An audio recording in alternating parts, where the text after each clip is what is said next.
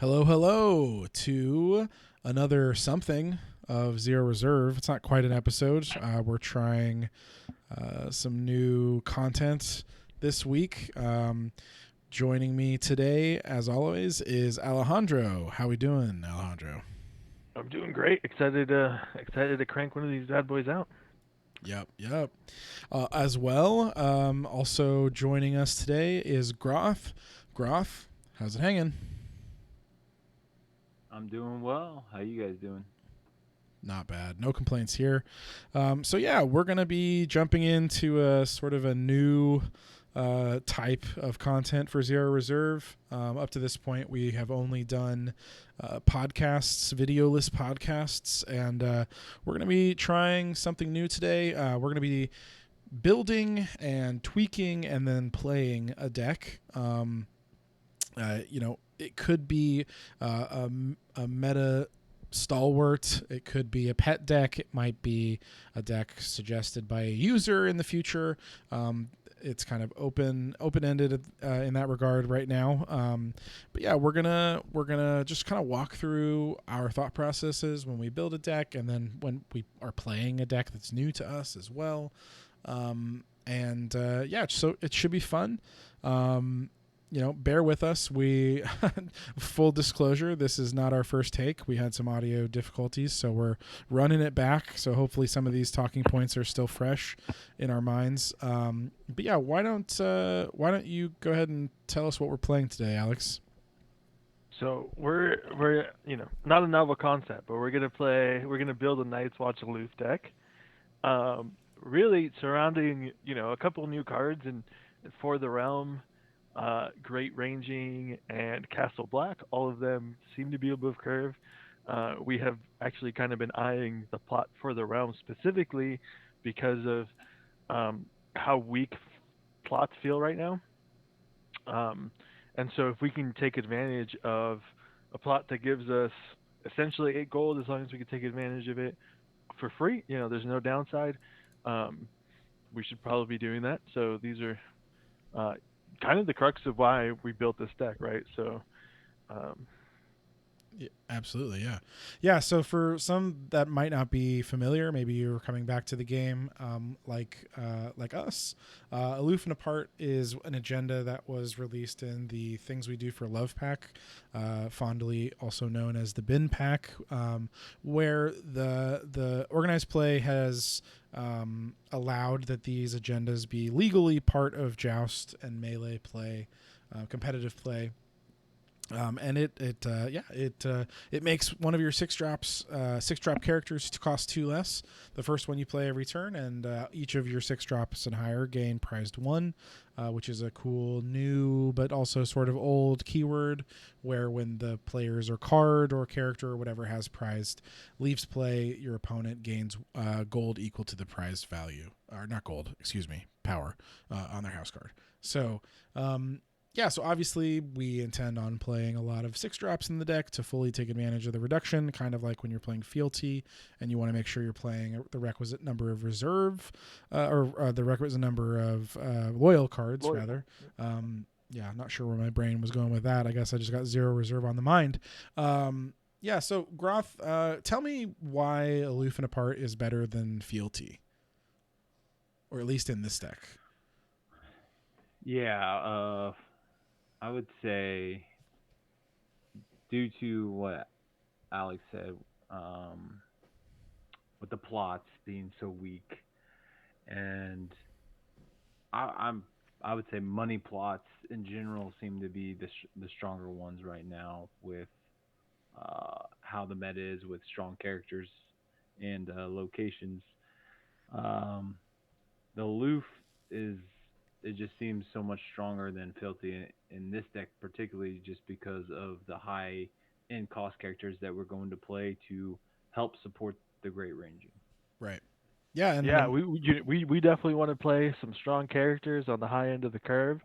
You can also take a look at Castle Black and read its secondary ability, where you can kneel or you can stand a Night's Watch character when a challenge is initiated against you, that's another reason to play big, powerful characters, right? Like Yep. you're gonna get the most out of that ability if you're playing some really strong characters. So With the strong keyword as intimidate, right? right, right. Well, that one's harder to pull off because you can't do it. Yeah. You know, they seem to pick up that you shouldn't let yourself stand that character on offense. So the reaction is to getting attacked, kind of like a lot like the other Castle Black. But yeah, I think you know you if you can take advantage of high end curved characters like really powerful ones in Thrones, it's kind of always been a really good idea to do that. And we have a couple additional reasons to do so. Yeah. I So would say I would say this actually helps the intimidate on the if you're not going first, block with him. Now you get to restand him. Now you can intimidate, Right. going second type of thing. So just the versatility I see. Yeah. yeah, very true. Yeah, great ranging. Lot of keywords on that card. Um, My A lot. God. yeah, Yeah, yeah. my God, yeah. Yeah. In fact, Groth, maybe you can sort of illuminate this issue for me. Assault. I haven't actually read the rules text on it. So when you attack, you choose a location, and if you win the challenge, the location is then knelt. Right? Is there anything else to assault? Can they use the location while it's being assaulted? No, because it effectively has a nightmares effect It Okay. blanks where it for the challenge, it right? blanks it for the challenge exactly.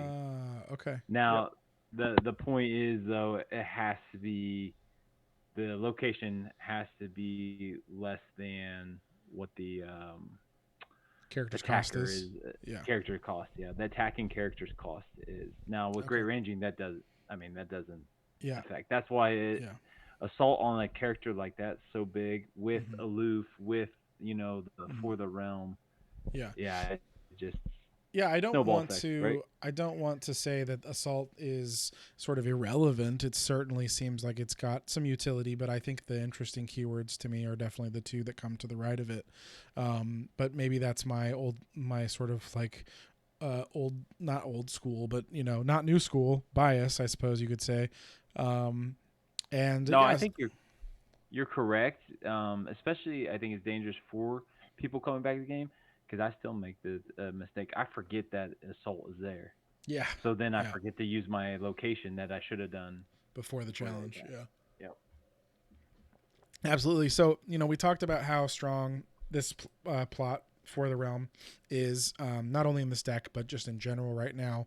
Um, and we probably want to play, a few more relevantly traded cards to take advantage of this. I know that we kind of all agree because we talked about it ahead of time that we want to be playing two of this card because ostensibly it's an 8/1/1/6, which is pretty good with very little downsides.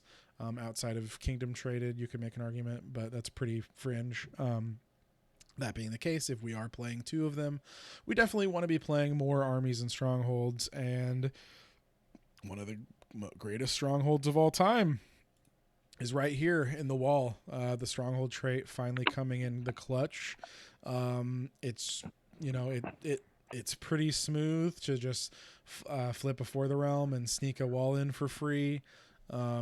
It's just Night's Watch things, pretty much. So as well, we've got a super efficiently costed and relevantly traded card in Ranging Party. We're going to see a little later that the Ranger trait probably is going to matter a little bit depending on how you build the deck. Might matter more in ours than others, but for sure, these are an easy 12 include in the Night's Watch Aloof deck that's playing 2 times for the realm. I think, I haven't done the math, but like the chances of you not having a card to reduce for at least your first for the realm have to be pretty low. And then obviously, you can sort of wait on the second one until you have a relevant card. So when you approach deck building, I guess, we probably all have different strategies, but how do you approach deck building, Alejandro, from the sense that do you usually start with plots or locations or characters, or does it just depend on the deck? A long time ago, I think when I first started, probably was characters. Then somebody real smart told me plots. Nowadays, I mostly start like this, right? I'm kind of after either I spot an interaction that I kind of want to explore, or I'm looking for like what kind of decks across the available options or taking advantage of maybe kind of market inefficiency, right? Hmm. Um, so this kind of thing we're immediately pointing out kind of exactly why we're playing some of these cards. Um, this is how I want to build a deck. Right on. Yeah. So, I Uh, mean, we can kind of, I guess, sort if this is our sort of interior or like our core, right? We can add like the next layer to sort of go around it. So, cards that are going to make sense sort of with what we have going on here. I think the thing that jumps out to me is we have these really important big locations, and there is a pretty new plot that I think makes a lot of sense in a deck that has really important locations to it. Brand the Builder. Replacing building orders, it's one additional gold. Yeah, you don't get the card in marshaling, but that's kind of almost doesn't matter because realistically, if it's one of these two, if it's one of these two locations, you really don't want to be playing it until the following turn. Um, right. so Brand the Builder seems like a pretty easy include to me in this deck. It's also got a really high reserve, which we're gonna see later is relevant. And as well, you can trigger it twice. So in a perfect world, you're getting two important locations, or at least maybe one more important than the other. Does anybody have any qualms with playing a Brand the Builder in this deck, or maybe do you want to talk about the strength of a card like Brand the Builder right now? I No, I think think it you're makes perfect sense. correct. Sorry, go ahead. Yeah. I would just say it also doesn't allow you to get attachments too. But I think in this meta, the locations are so much stronger. So I think you're correct. It's a better building orders. Yeah, we're also playing a deck that probably wants to win challenges since we're playing great ranging. So, um, hopefully we're winning at least two challenges a turn, and get grabbing 100% more cards.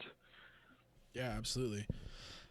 So I guess where to go from here? I mean, what is sort of the natural progression in the deck building process from this point for you, Alejandro? I'd probably start going through characters here, Sure, yeah. and start looking at what our character base looks like. So I know, recently or within the not recently, but um, in the later years of second edition, they printed quite a few Jon Snows. Is there, we're playing Aloof, so we obviously want to be playing big characters. Is there a Jon Snow that jumps out to you as being sort of heads and shoulders above the rest, Groth?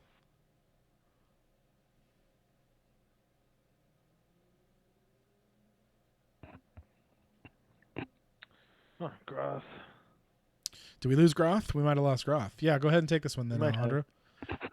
Sure. Yeah. I, I to me the one that stands itself immediately jumps out. Um, I guess I haven't played enough with the other one to be honest. Uh, so if Yeah, there's I mean, Rangers and Stewards so if you've deck. got a ranger and a steward in play, it's got intimidated insight, which is what the great ranging has. Um, the problem is that it itself is probably not relevantly traded here. Um, Oh wow, ob- yeah, it's really not. Obviously, it has the power icon, but Night's Watch has kind of always been a really strong power icon faction. Um, so I feel like if there is a time to skimp on a power icon, it's in a Night's Watch deck. Potentially when choosing one of three options. I mean, I don't think anyone here is considering six cost Jon Snow. No. Um, I wish. you wish. Oh, Groth is back. Nice. Yeah, yeah, absolutely. I want to play my Valyrian draft Jon Snows Yeah. someday in Joust. So okay, so we'll play the Steward. Obviously it's like reminiscent of Jaime Lannister, except for it's got stealth, no renown. But not sure if the wilding character clause in the reaction is going to come into play. But at the very least, When you're defending, you can stand all your defending Night's Watch characters. When you're attacking, he can stand himself. It's pretty versatile, and yeah, pretty strong, I think. So I think that seems like a pretty easy 3 of. Honestly, at this point, things get a little bit interesting in terms of 6+ drops that we want to play. We're definitely playing Core and Half Hand. Like that one, I think is. Oh yeah, sorry, I forgot about the Corin. Yeah. Corin's definitely I'm going the wrong way. Definitely A B C D E F G. yeah. You know what I'm saying? I always miss Q. Where the hell is Q at? There he is. Yeah, this card's just insane. I mean, has been, continues to be, probably always will be. It's like it's in that sweet spot for a card where it's not so good that I'm ever going to be worried about this card being redesigned or restricted or put into a pod or banned or anything like that, but it's just always going to be a solid role player in Night's Watch, especially any deck that's comfortable paying 6 gold for a character. Yep, absolutely. So right now we're sitting on 3 different unique 6 or plus drops in terms of our character count, which I don't think we're done. I think we'll definitely play some more. But why don't we move over to our economy? Mainly because I think that Night's Watch doesn't have a ton of options when it comes to economy, outside of maybe if you're playing builders or if you're really going hard into like stewards or something like that. I think it's pretty safe to assume that we're going to be playing Underground Vault. I don't really know a Night's Watch deck that's not playing this card. In a perfect world, it pays for itself the turn you play it, and then most turns going forward, it's going to give you 2 gold. I think it's one of the strongest. It remains to be one of the strongest from the sort of series of these cards that they released. It's just got one of the easiest it's one of the easiest to trigger the 2 gold clause on of all of these. I think one of them requires your opponent to have like 10 cards in the discard pile, which is like, unless you're playing against combo, like there's almost no chance that's going to be the case on turn 1. Whereas this one and a few others are a little easier to trigger.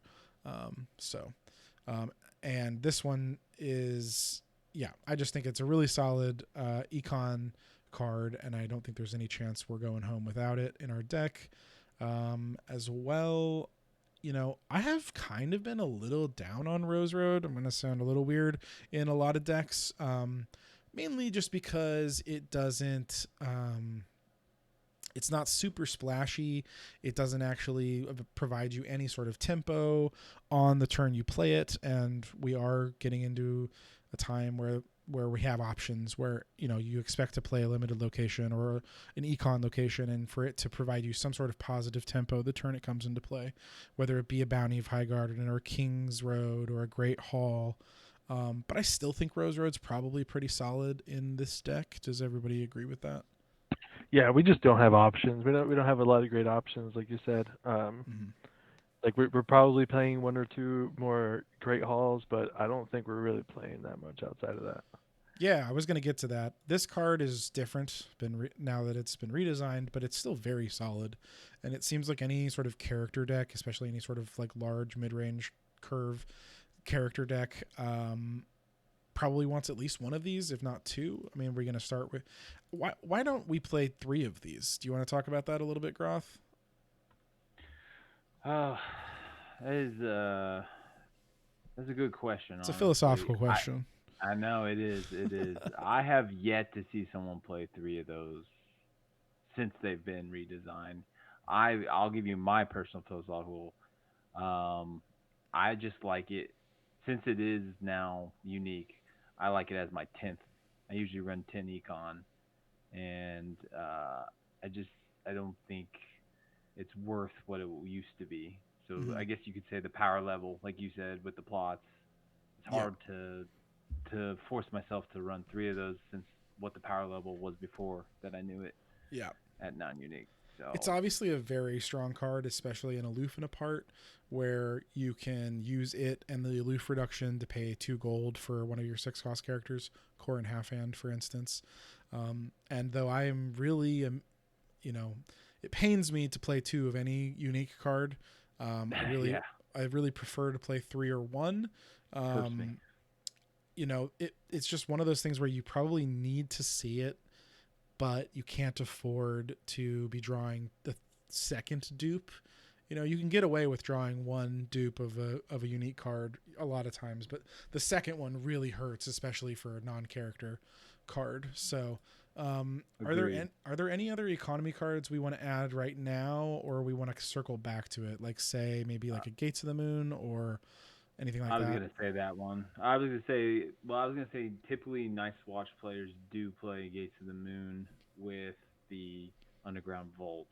Now I'm not gonna say that's what we're gonna do, but that is a philosophy that a lot of them stick with. I think it's pretty solid philosophy. Yeah, I mean, just the fact that you're going to ensure your underground vaults are triggering more reliably to get the 2 gold instead of 1. Alex, you got any problems with playing a 1 of Gates of the Moon? No, I probably like Gates of the Moon a little bit more than most people. Okay. Are you a 2 Gates of the Moon kind of guy, or is 1 definitely plenty not. for you? Definitely not. Hey, man, If we're playing a Gates of of the Moon, right, Yeah. right. Like they were not super popular before At the Gates got banned. Mhm. Like sometimes you see them all over the place, but um, then then everybody kind of dumped them as soon as you couldn't get it turn 1. It wasn't worth it anymore. And I've Right. kind of always still played 1 in a lot of decks. I mean, I'll say it again. You want a lot of money in these decks. As long as you're drawing cards, you need to play. You need to get money to play cards. So, Yeah, Yeah, for sure. if we are doing a Gates of the Moon, we probably, I'm not sure we still want to play 2 Great Halls, but it's yeah, I would it's diversify your tricky. econ here. Go I one like this. Great Hall. This personally hurts One me Gates. less to do this. Yeah. So, Yeah. yeah, we'll start here and see if we come back to this. Obviously, I talked about other econ packages in Night's Watch. There's Brandon's Gift. There's the Steward one, and there's these The Flea Bottom Alley. Like if we were Yeah. playing a deck with the other card that I don't even remember what it's called, but there's a builder that goes and gets a location and puts it into play. Like Age Craftsman, I think. right. That sounds right. Yeah. Um, So, just kind of different archetypes can play these, but yeah, I don't think that's yeah, going to yeah. be for We're us. probably not going to be low enough to the ground to be able to trigger this super consistently, but Mhm. I think it's always worth considering if you're playing Night's Watch. Speaking of low to the ground, why don't we flip the curve a little bit and start thinking about, what sort of lower cost characters we want to play. I think it's safe to assume that we're going to want to play. Where are you? There we are. One drop reducer. Yep. Just Absolutely. seems, I don't know a Night's Watch deck that didn't want to play this card, but I guess builders at some point maybe didn't. Let's see. I think, traditionally, Night's Watch decks would consider cards like Old Forest Hunter or Messenger Raven. Are those cards we're going to want in this deck? I don't know Ooh. yet. Okay, I fair. I have not been high on Messenger Raven for a while. Yeah. Yeah, I think it's tough because I just found, like, at least in the old game, or not old game, but like the old metas, the old, it just was one of those things where a lot of times, you were playing Three Finger Hob and you just had other ways to draw cards, and you just ended up with too many cards if you, used Messenger Raven. It's When you're dealing with stewards, drawing cards isn't a problem, I feel. Right, and we're getting to that for sure. But since we mentioned him, I kind of want to hear what your guys' take on this card now that it's been redesigned. So it no longer draws you 2 cards natively when your reserve value is higher than your cards in hand at the end of taxation, or at the beginning of taxation rather. This card is still good, right? Yeah, absolutely. Cool. Well, it's relatively Yeah. traded. I think we might have a bit of an argument on whether or not this is a 3 or 1 or 2, like how many of these to play, I should say.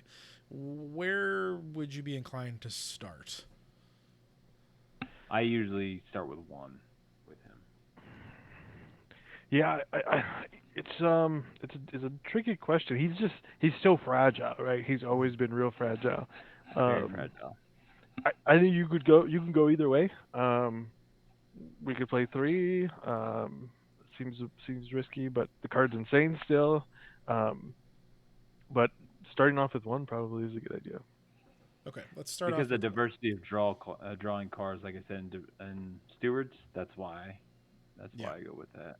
yeah, and I mean, like, if let's say we've gotten board wiped or something like that, um, you know, drawing one of these when they like it's not going the second part of it's not going to trigger as reliably as we'll see when we have a super small board, because I think a lot of what's going to be modifying our reserve and making it so that our hand size is a lot lower than our reserve is going to be stuff that's like character driven boards. Character, yep. So Character um, driven with plus reserve. Yep. so, yep, I think he's just fragile enough. I think there are going to be really good Night's Watch players who probably think that that this is blasphemy. Yeah, Um, it's very possibly blasphemy. I think maybe now's the time to say, like, we're not saying that this is the definitive Night's Watch Aloof in the part deck. I mean, yeah, we're for sure. No. we're building a deck, discussing why, and very open to feedback. I mean, these kind of things. We'll learn and we'll see as we kind of play games which cards are pulling their weight and which cards aren't. Yeah, for sure. Yeah. I mean, Yeah. he's easily burnable, and then V Blade for the new players possibly listening to this. Burn at one. I mean, if you're at one strength or two strength, it's super easy, even three. But V Blade as well, which is a Martel card that is seeing the rise again. I mean, for me, it's hard to play a character like that, especially since he's lost his power, what we used to know him as. Yep. Yep. It was just one of those costs that you were willing to take, one of those risks, I guess, you were willing to take when he would Yeah. reliably draw you over your reserve, like if you were one less. Yeah. And Exactly. and now that that's not the case, I think it's the risk maybe not worth taking, but that's just my thought. Speaking of risk reduction, core wall decks have traditionally played sort of a very specific attachment package. I don't feel like anything has really changed in this deck. I feel like we still want these. We still want these attachments, and of course, I'm talking about Craven and Milk of the Poppy. Any chance I'm wrong on this, or are we for sure playing 3 of each of these still? Crickets. Yeah, we're definitely still don't- playing. I don't three see of that each, you're in my wrong. opinion. Cool. All right. We want to slow down the game, right? If we're Nope, kind of I don't see that you're wrong. we're like kind of a passive power deck, and so we Yeah. want to slow down the deck. Both of I these think cards even do more that really now. well. Go ahead, Groth. All right, go ahead.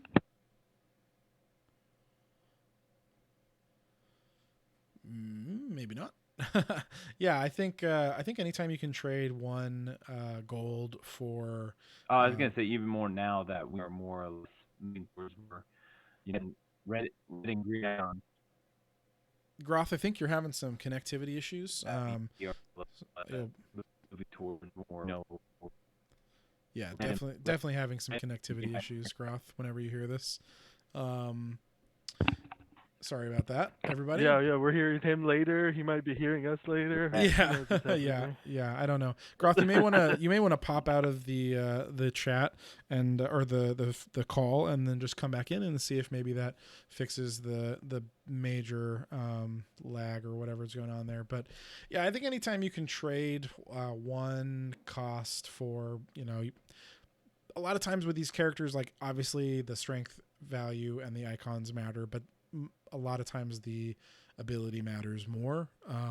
And so being able to trade, one gold to sort of nullify like a very important part of anyone's game plan, I think is definitely something Night's Watch isn't going to pass up on. So I think this is getting us back into characters. I mean, obviously we might play some more attachments, we might play some events, but I know a lot of these aloof decks are playing this card, sort of one of those, I think, often overlooked cards from the original Night's Watch box.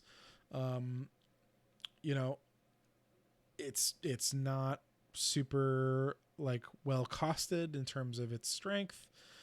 It does have the intrigue icon, which Night's Watch usually lacks for, but the reserve bump here is definitely a nice little treat, and the obviously giving every steward insight. So I think this is a solid card. I think we're probably playing it.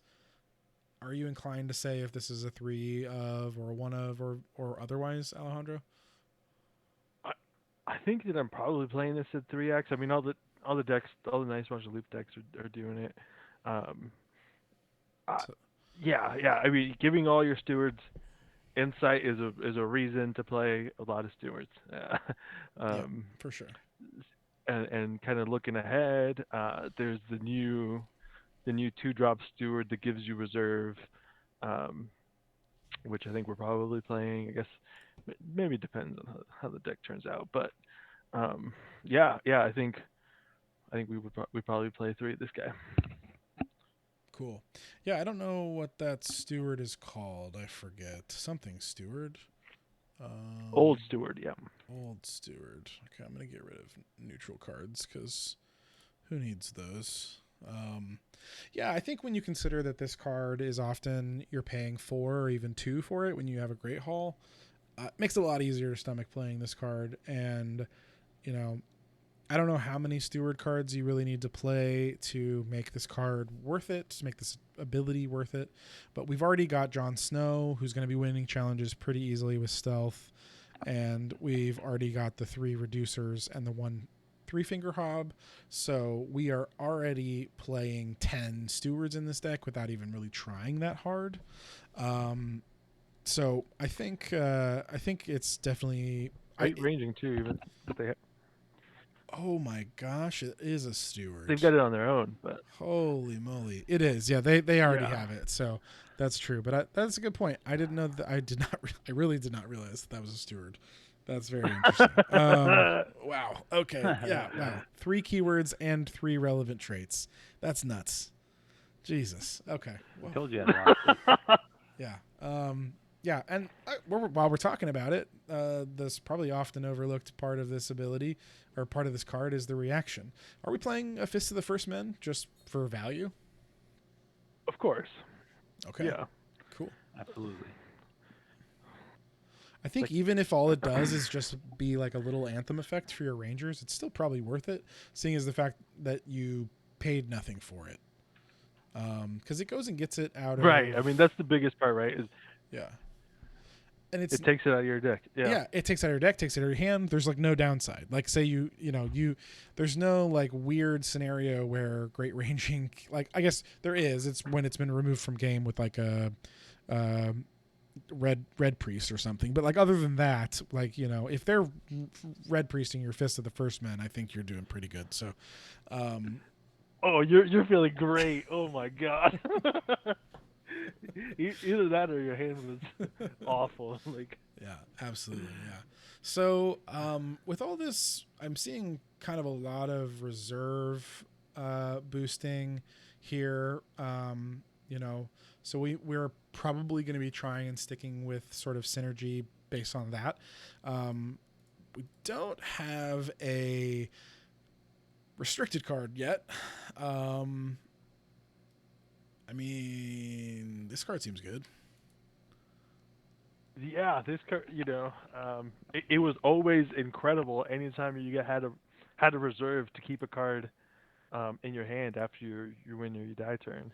Yeah, and Um, it's not unreasonable to think you might have a couple extra yeah, reserve in yeah. this deck. So, hmm while we're talking about reserve, are there any other reserve modifier cards that we want to play in this deck? Are we We playing? definitely are playing Eats Watch by the Sea. That card is very good. Yeah, absolutely. Yeah, yeah, for sure. I mean, any card that's just, I mean, a 2 card sort of draw one card a turn is pretty solid when it's one sided. Um, and the fact that it also it increases our reserve, which is just feeding into our general synergy. What about Blackbird? Are we playing a Blackbird? I mean, Um, the trigger maybe buys you a wall trigger, or maybe if your opponent's really taxing your Castle Black triggers, you could, like, I don't know, cancel a King's Road. They play another King's Road. You bring Blackbird out of Shadows. I don't know the lines of play that would really make sense for this for Castle Black. I mean, it would be very specific, but I think we could maybe be considering this as a one of.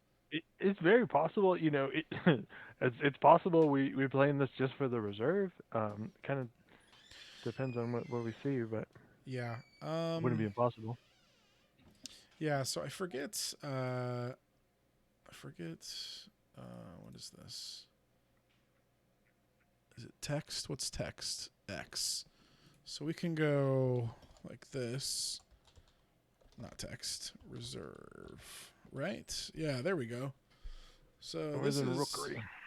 Yeah. So I mean, if we're just playing things that boost our reserve, are we playing this card too? I don't know. I don't know the answer. I when I'm building decks, I would tend to lean on yes. Like if I had kind of if something was on the fringe and then cut things later. So Mm-hmm. I may just include these two and kind of earmark that they're they're very on the edge, right? We're not Mm-hmm. we haven't gotten to the last roster cut yet, so Okay. Yeah, we'll keep them in there for now.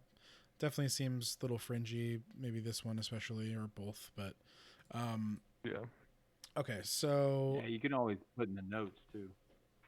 that's true. yeah, that's true. I don't use notes, Yep. but yeah, I could. um, yeah. So we could also do that with our. So we're still filtered for reserve, and we see here some other characters that care about reserve. This card, I've been really impressed with this card so far. Relevantly traded, intrigue icon, stealth, basically a Night's Watch Jaime Lannister as well. I mean, maybe more closely than Jon Snow, just because it's six instead of seven. But Hmm. just another solid body. Gives Jon Snow the non-kneel clause, even though Jon untaps. So I don't know if that's like fully Well, it does, but because he only realized. untaps once, right? Like He does. That's so. Yeah. true. So it makes him good for defending after making two challenges, I suppose. Hmm. So yeah, that seems pretty Yep. solid. I think this card's probably a three of, honestly. Um, a little low on the strength side, a little vulnerable to burn, perhaps. But I mean, again, I don't really think that we're a deck that super cares about bird. Like we're yeah, playing wall, we're playing Fist the First Man's also gonna bump this guy up by one. yeah. And we're playing like a lot of big dudes. Like Mhm. we're not at all scared of burn, Yeah, or I we mean, shouldn't be building this deck scared of I burn. think a natural part of I think a natural understanding someone needs to take when they play Aloof is like some of your six cost characters are going to die. Like that's just Yep. how that the deck is going to operate. So I think we want to start with three of this guy. We are at 49 cards now, so we may quickly approach needing to make some cuts, but another card in here that cares about reserve that I think makes sense for us maybe, and I kind of interested in your guys' take on this, is the new Samwell. There's a lot going on this card. I mean, so if your reserve value is 6 or higher, you draw a card. So he probably has insight, but he probably has insight, double insight sometimes because of Bowen, which I guess is good that it's not just insight because you can actually draw two cards. Yeah. And then 8 or higher, gain 1 power for your faction. That seems like it could happen some of the time. Yeah. You so far, we only have 4 plots, but we've got 1 7 and 2 6s and a 0. you know, so seems like on the 6s and the 7s, if you've got 2 reserve boosts, seems like seems like it could be some sort of like weird, like Robert Baratheon ability, I suppose. The 10 or higher, I don't think that's happening a lot, unless we're playing plots that have like 8 or 9 or 10 even reserve. So I wouldn't really count on that ability. What is your guys' read on this card? I've had a tough time evaluating it. I'm liking him. I've been playing him a lot. I think Night's Watch has always been a more reserve, heavy faction, anyways. And I mean, if you want to throw in the Iron Throne too, you could. I mean, there's other ways of also boosting it. At least in the Aloof deck, I've really liked him, and I like how he's worded because he can go off on all three. So that's true. Yeah, it's not choose one. It's not choose one. So I find value in that. Card seems good enough to make the deck. I don't know if we're playing 3 of them. Well, we'll give That's it. True. We'll give That's it the old northern rookery treatment or whatever it's called. We'll just start with 3, and we'll go back. We'll go back and change it if we need. So, I mean, at least the first 2, that's what you want, right? You want to draw a card and gain power. Nice Watch. So for sure. Yeah, and I think it seems. I mean, we'll see how we fill out the rest of the plot line, but it seems reasonable to me to expect to be able to trigger the second one at least like some of the time. I think the first one's going to be on all the time except for when die turns. But the other card that's here that was kind of intriguing to me was this card, Old Tattersalt, or Old Tater Tot, as I like to call him. Shadows trait is pretty cool for Night's Watch. I mean, they've got some Shadows cards, but he can go search for Craven, Milk of the Poppy, Blackbird, Steward at the Wall. Maybe potentially events if we play 1-cost events. Also, the Blackbird, if we play this, it seems like we probably want to play Blackbird for sure, because being able to trigger that a couple times seems pretty strong. For sure. This seems like a pretty solid one of to me. Anybody else feel strongly I agree. about that? I agree. The card seems another cool. That's another. Yeah. What were you gonna say, Groth? It's another what? I mean, Blackbird's another, Castle Black trigger, right? That's true. Castle Black trigger, right? Absolutely, yeah, absolutely. Yeah. Okay. I think I'm gonna go ahead and get rid of this. Get rid of that filter. Let's just go through the characters here, and if you guys have, I'm gonna take away neutrals. We can go back there for a little later, but if you guys see a character that sort of jumps out to you, you want to talk about, like it, maybe we won't add it.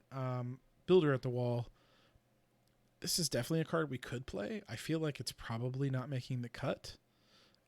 Builder trait in this deck doesn't matter yet. Might not matter, possibly won't matter. We definitely have 18 locations, but 3 of them are Rose Roads, and 1 of them is a Shadows card, and 3 of them are theoretically already going to be reduced by 4 in the wall if they're played on a For the Realm turn. Where are we at on this card? Yeah, I think we'd probably skip him. He makes sense. One of the reasons why he might make sense in this deck is because we're currently playing a shit ton of big characters, and oftentimes you need quite a bit of 1-drops in order to have like serviceable setups. But I agree that he probably does not make it to the deck. Okay. All right, we'll come back. Clytus, Rip. Definitely relevantly traded. Definitely also no longer good. So Cold Hands always had kind of an obsession with this card and ultimately never been impressed with it. Could be a one of, but it feels like maybe it's got to be like there's got to be a good reason to play it, I feel like. Yeah, the effect is incredibly powerful, and so Mhm. um, it's made it in plenty of my decks, mostly in like attrition type decks, but um, Yeah. which may be a reason why we don't play it here. Also relevantly that it's not a 6-drop, so it's not, weird that like I almost wish in this deck it were a 6-drop. I think it would be maybe Right. slightly better. Also the cannot be saved clause. You know what? Speaking of saving things, we probably want to play a couple of these, right? Or at least one. Oh yeah, at least one. Okay. Um, let's see. Craster. Craster's a card that we could play.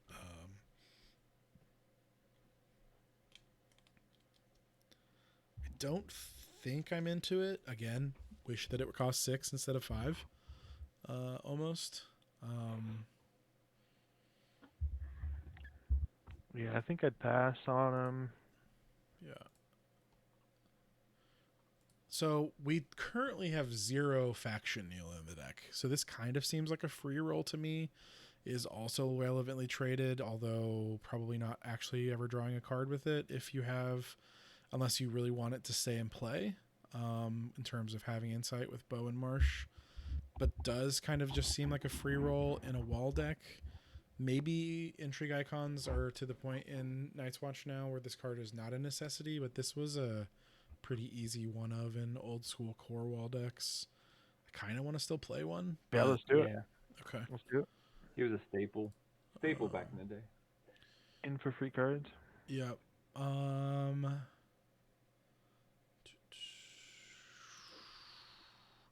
Certainly if there were a Gren deck, maybe this would be the one potentially. I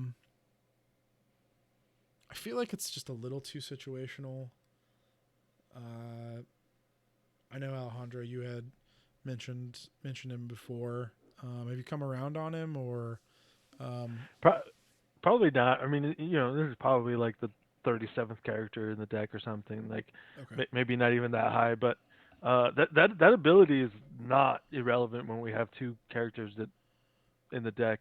that are To rangers and have stealth yeah, or the Rangers that have. don't kneel, I mean, or Yeah, whatever. yeah, that could probably be Floats. standing at the end of a challenge. Yeah. Yeah, for sure. Okay, we'll keep it in mind. Yeah, that's on the short list. That's on the just first 4 out.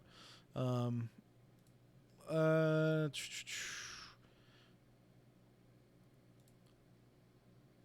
I mean, kind of again talking about free rolls. Well, it's not quite a free roll in this deck. We have a lot of expensive characters, so maybe this isn't a free roll. Actually, I'm kind of thinking not. But it is It's one. tough. Go ahead. It's tough just because like it's theoretically a card that costs 2 and a chud or a character that's got a bad attachment. It's also a 6 coster, so it's going to gain prized, Yep. and like we already have a lot of cards that are going to be prized. Yep.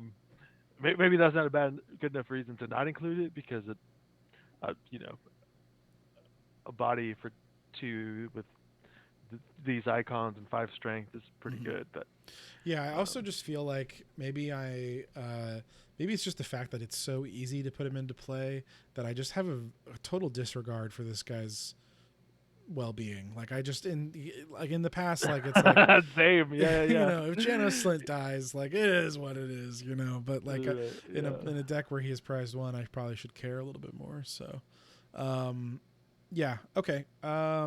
I think we leave him out and just kind of put him with Gran on that like short list of cards that we might come back to. I don't think I've literally ever read this card.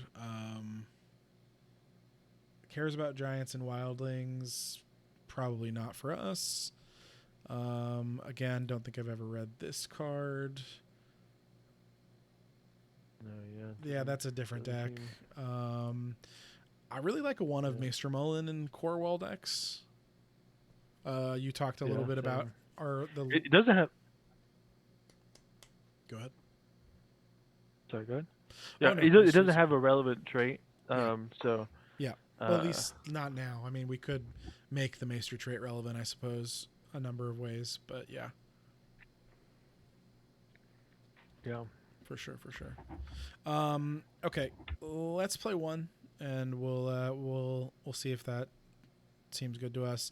Unfortunately, without Things I Do for Love, I don't think they've ever printed a Old Bear Mormont I really wanted to play.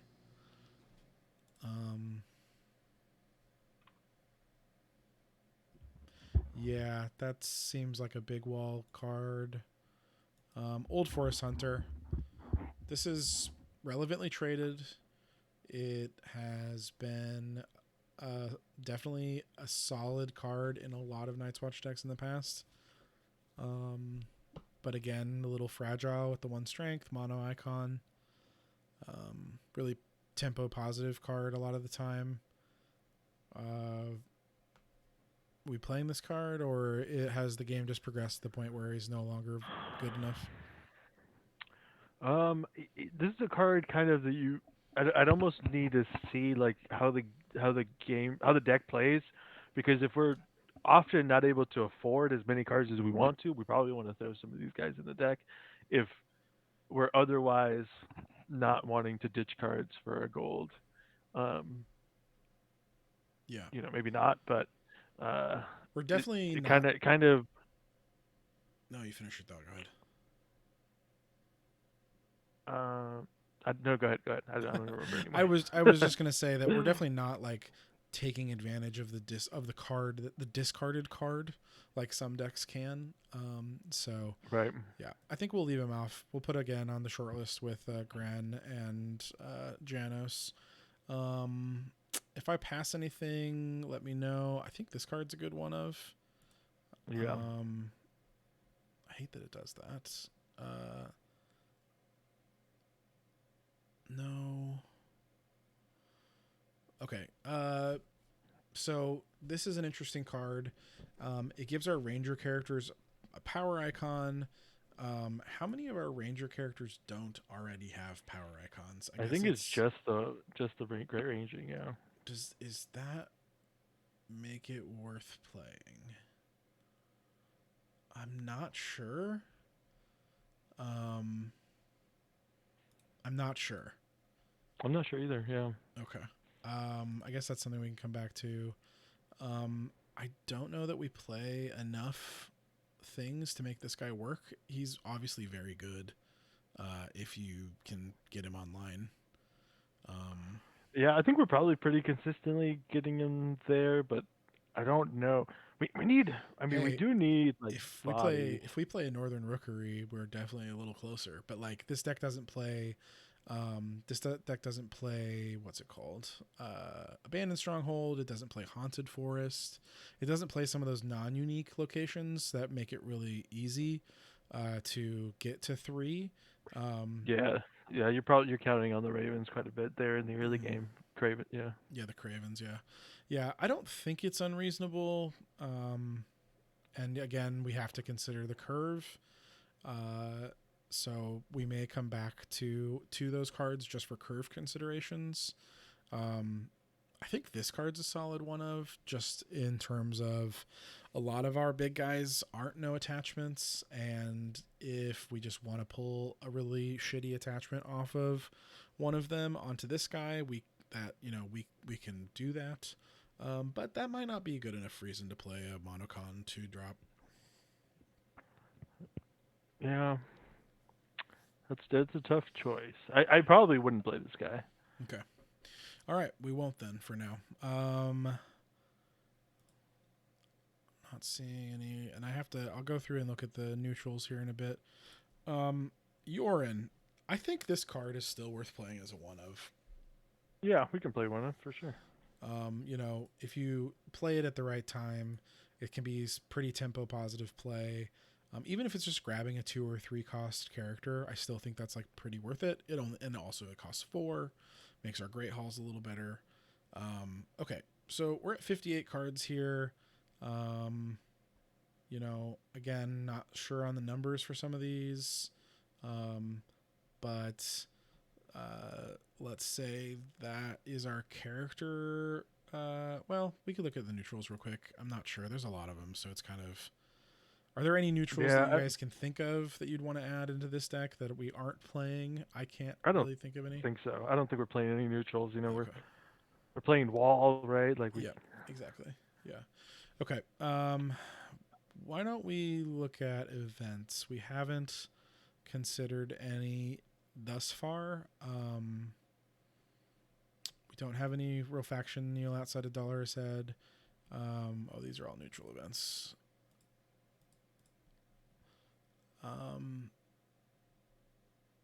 Definitely some interesting options.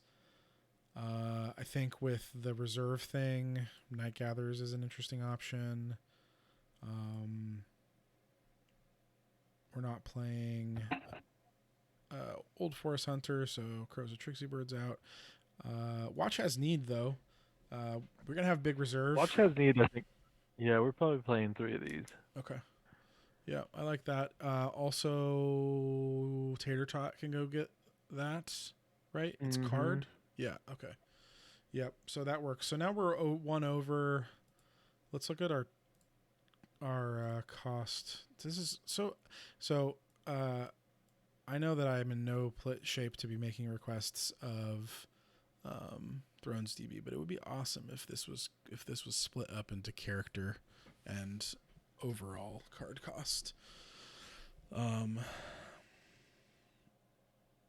mean, obviously we've got a lot of 6 costs, but we are playing Aloof. So we've got below curve, and I really consider below curve to be, I mean, maybe it should be 2 and below since we've got 6 cost characters, but I also feel like, yeah, so 1, 2, 3, 4, 5, 6, 7, 8, 6, 7, 8. The 8 2 cost characters and below. Probably want to get a few more of those into the deck, it feels like to me. Yeah.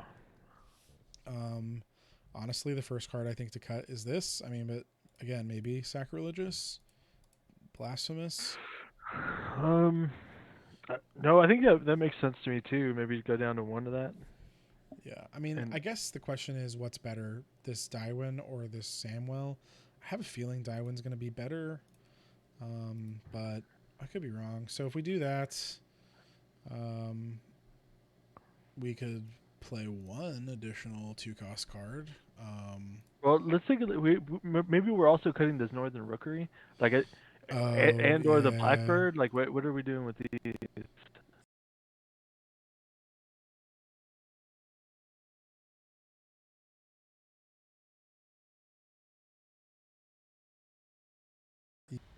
Are we keeping the Blackbird? Yeah, sorry, my computer decided to seize up there for a second. No, I'm here. Okay, cool. We could cut the Blackbird. I guess, are we bringing in Shadow Tower Masons? I mean, so 1, 2, 3, 4, 5, 6, 7. The problem with cutting a Blackbird is that's also good for the Shadow Tower Mason. 1, 2, 3, 4, 5, 6, 7, 8, 9, 10, 11, 12, 13, 14. So if we cut the Blackbird, we've got 14 total 14 total cards that work towards getting our Shadow Tower Masons 3 icons. Well, I don't know that we're playing Shadow Tower Mason. I think we probably want to find a 2-drop with relevant traits. Okay. Like I mean, with the we could go Old Forest Hunter. which sounds like it may be Old Forest Hunter, right? Okay. Yeah. All right. Let's do that maybe. How's that feel? Yeah. I mean, hey, like good. We're not stuck with this list. If we play a game and we feel like the Old Forest Hunters were we're ass, you know, we can always make a quick change. Agreed. Yeah, definitely. Also, maybe instead we want the other 2 3-finger hob. Not impossible. Like not impossible. We're gonna have pretty high reserve if he's just drawing us a card every turn. Also, not impossible that we want these builder at the walls instead too. You know, they reduce 1, 2, 3, 4, 5, 6, 7, 8, 9, 10, 11, 12, 18, I guess, if you count the wall, and 14 if you don't. I'm not counting Fist of the First Men. That's also, I think, one of the low drop options. At this point, I think Builder at the Wall, Old Force Hunter, or the additional 3-finger hobs seem like our best bets. I think I like the additional 3-finger hobs best. Okay. So uh, then we have room for the Blackbird again, I guess, or we. Yeah. Um, okay. Okay. Let's try that. I don't know if that's right, but that. I don't know either. We're gonna give it a go though. So we got to finish this plot line. We're using our restricted card. Um, what are some other plots that we'd like for this deck? Um, uh, Like we were talking earlier, we want to play big money. I think anytime you're playing a passive power deck, this is definitely a deck that wants to win challenges. mhm. So it's not inconceivable we don't play Late Summer Feast. But anytime I can play a deck where, like, if turn one all I want to do is like pay a lot of money for wall chuds and Yep. lose all my challenges, like this is anytime I can play a passive power deck, Late Summer Feast is a huge option because Yeah. it's so much gold. Yeah. And I mean, if your cards are objectively better than your opponents, then who cares if they draw one or two cards? Just kidding. It hurts me. It It hurts me also, every if you time. look at the two cards here, like we're playing, we spend a lot of time talking about For the Realm here. Look at For the Realm and Late Summer Feast, and there's one gold difference, Yep. and the the downsides on Late Summer Feast are way harsher Yep. than on For the Realm. You have to build around it for the For the Realm, right? Yep. There's trade offs there. Um, I really hate playing decks without Valor Morgulis. Is this a deck we can get away with not playing it? Um, I I, I just feel like we I think we draw should probably so. play it. I feel like we draw so many cards. We've got dupes of all of our relevant like uniques. It just feels like we can pretty like consistently take advantage of a card like Valor Morgulis, and like the deck has to have a reset. And I don't think Valor to Horus makes sense in a deck that's just jamming as many 6 drops as possible.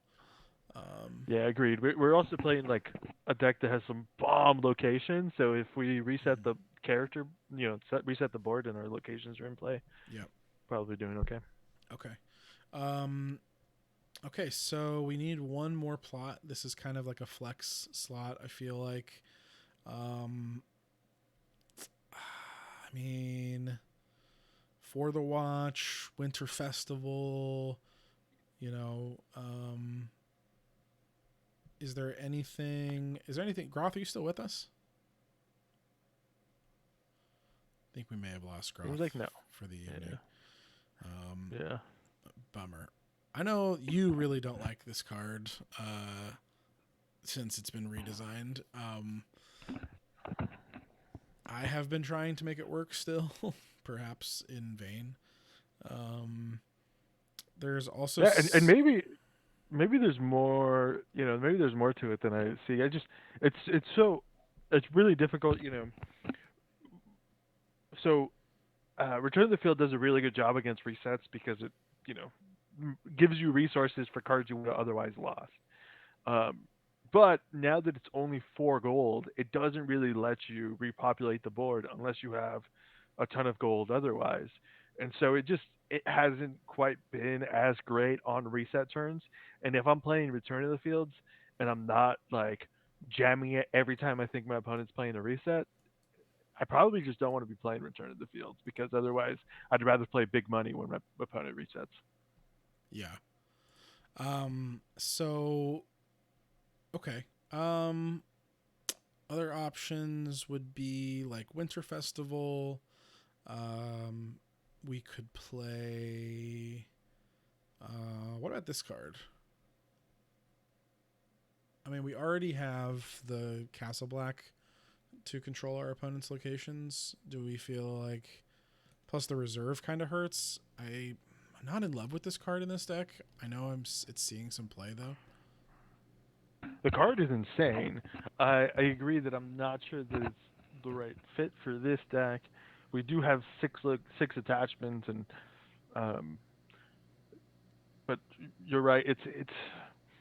It feels like a card that I would put in the deck, but almost just to see like, is it necessary? Like, do I need Mm-hmm. more do I usually want more location control than this? Can I take advantage of it pretty well?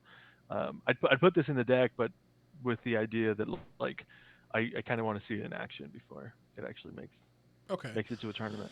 Well, before we lock it in, I want to talk about a couple other options. I have seen lists playing out Wit. It's worth noting that Samwise is also a Maester, the new Samwise, so you could play a package where you play more Maesters. It's pretty bad for reserve. It's awful for gold. I don't personally think I want to play this card in this deck. I don't but either. I think it was I thought it was worth talking about. Yeah. So are we gonna just take the Smith for a whirl and see how we feel about it? Either that or Winter Festival, Yeah. or for the watch. I mean, I think all those are probably pretty close. I think the thing that For the Watch has going for it is that it doesn't have 7 reserve. The other Night's Watch location or plot has 7 reserve, I guess.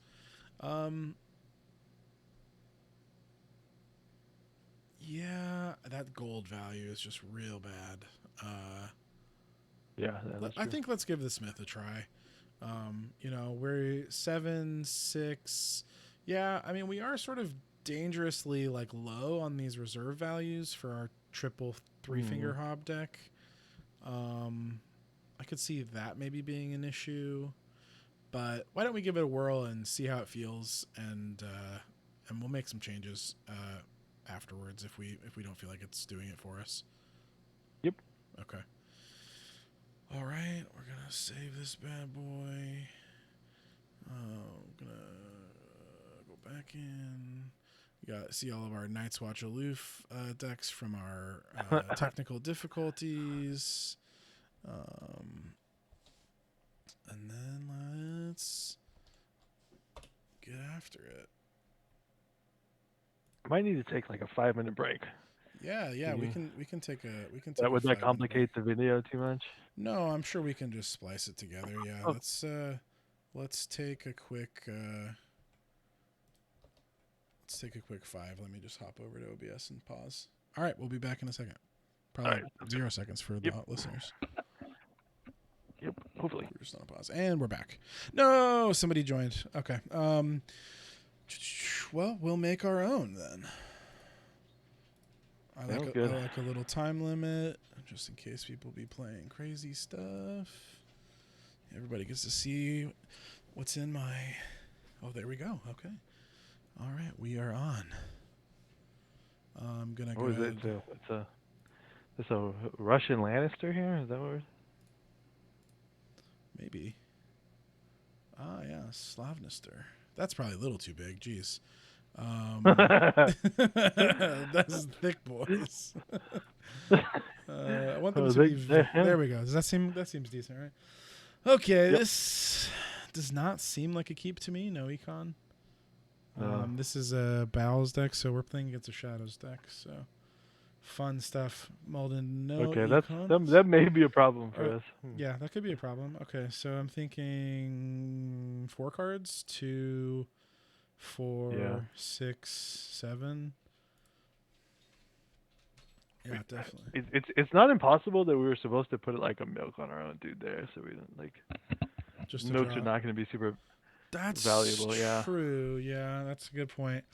Yep. Okay. Yeah.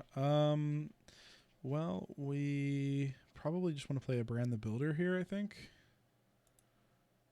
We don't have strongholds or armies. You agree? That's kind of awkward. Either that or Late Summer Feast. Yeah. I feel like if we overextend ourselves too much... Oh, man. Yeah, these 3 negative attachment cards are going to rot in our hand. What would you go here? You go Late Summer Feast? I probably would play Late Summer Feast. Okay. Because we also have the event, so we can fetch some stewards here. Yeah, I'd kind of like to wait till we had a little bit of reserve, but yeah, we could. Yeah. At least we dodged. We're gonna have 7 reserve, Yeah, for sure. Yeah, for sure. I think so they thought we were probably summer harvesting. Yeah.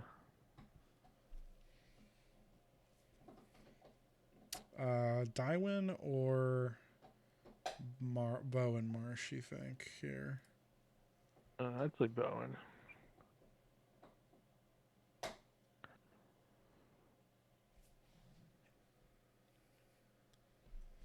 Okay, so we've got 11 gold here. Probably playing the Great Hall. Yeah.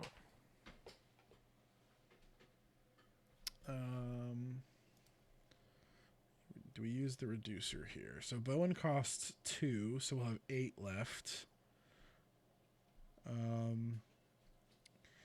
We're definitely getting reset if we just overextend, but I don't know that we can really do too much about that. Right. I think it's fine if we get reset. We can play.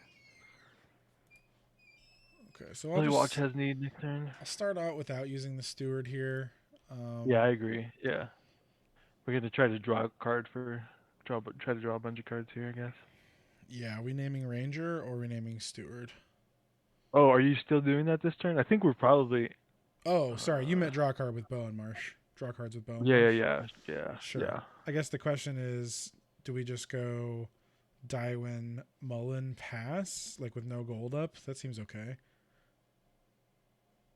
Those are 2 3-0s in the deck. We're definitely gonna get valid next turn. Like. Oh, you want to hold?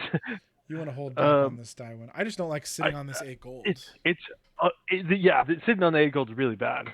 Like I think maybe we just force the VM here. Yeah.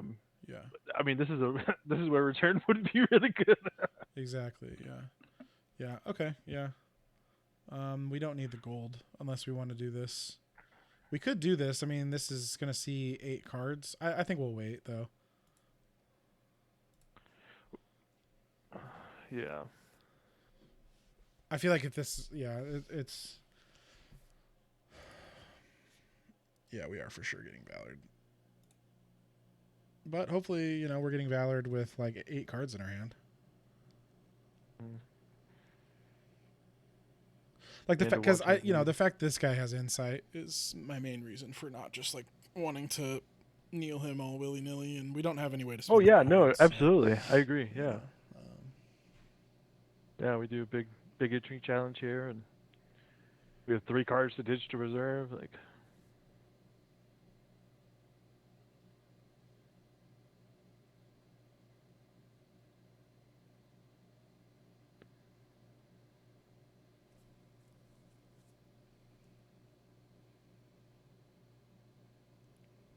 I hope I just Mandan Morris, dude. I would love if you just Mandan Morris us right now. They're probably not going to though, because they're gonna Valor next turn. So. man, Castle Black is really good in this matchup. It is. Yep. I guess it only will cancel one trigger. So, but these decks are just greedy, man. They need Super money. Greedy. Yep. As you see, they're going to continue to advance their econ here. I'm not actually sure they're planning on bringing a card out of Shadows here for 2 gold. Remember, they don't have a reduction from Kingdom of Shadows anymore. Yeah. Push the intrigue challenge, right? Yeah, I think we just push the intrigue with the 4 stewards. Mm-hmm.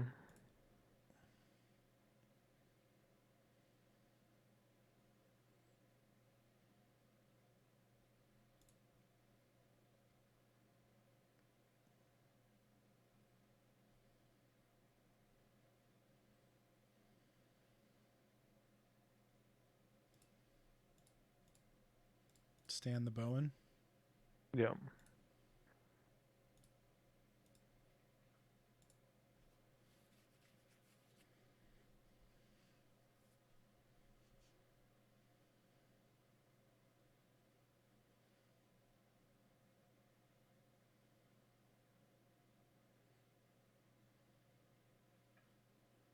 I can't think of a way for them to win this challenge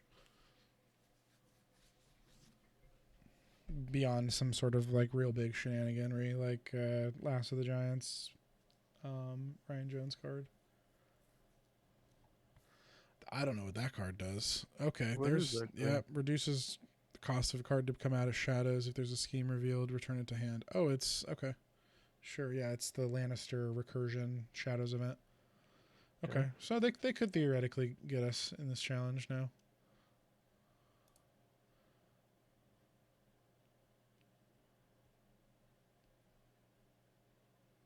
It's possible we wanted to get in there with Daiwin just for an extra 4 strength because we're Oh, nice. probably not making probably not Milk or Craven. Probably Milk's, right? Yeah.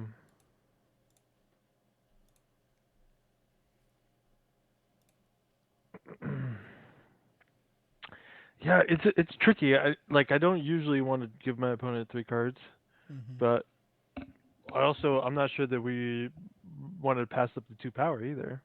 That's true. We probably can't afford to take forever in this matchup, Mhm. especially since we have Valor Morgulis and they do as well. Mhm.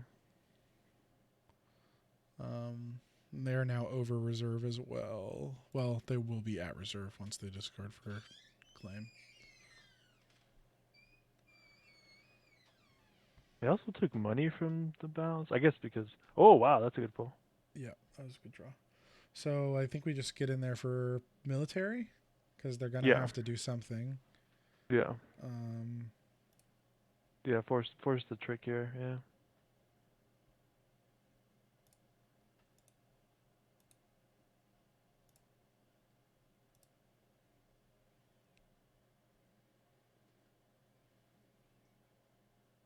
that was a decent cards. There were decent cards to draw, although I would have liked to see Castle Black. Yeah. I guess now we can maybe Now we get to we play can the flip army. the army. Yeah. Yeah. Yeah. Which is pretty big. Yeah. Mm-hmm. Well, we also drew a dupe. That kind of sucks. We did that. Yeah, that's not ideal. Okay. Yeah, this is fine. I guess they could have the attachment. No, they don't have any more cards left in Shadows.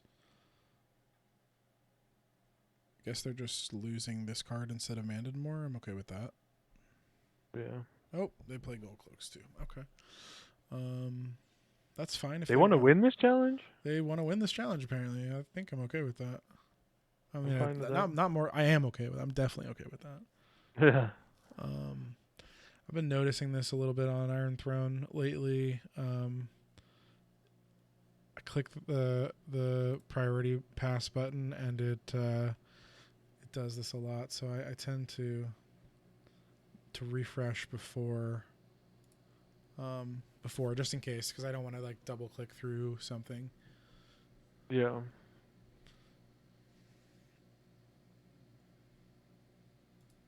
Okay. So it seems like we're definitely getting in there for the power challenge and Dom, and I don't think they're gonna have. Oh, they're gonna faint. Okay, why did they want to win that challenge? That's so weird to me. What? That feint is even bad. Yeah, that was weird. Why is that? Why did they feint there? I don't know. Yeah, they're not over. Okay, they want to return that card to hand. Is that really good? I don't think so. No. Okay. Yeah, do the power. Huh?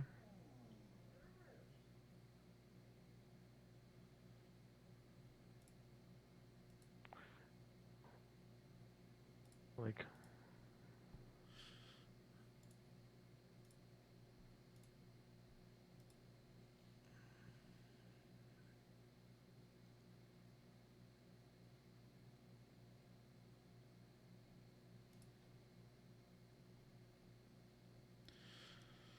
I guess he doesn't have insight on power challenges, but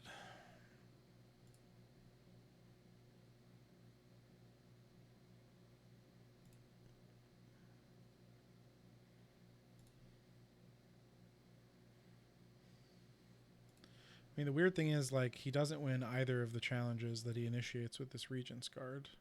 Although, does it non-ally character, and this is an ally, so he can't even put it back into play. Can't even do it. Yeah. Weird. Okay. Huh.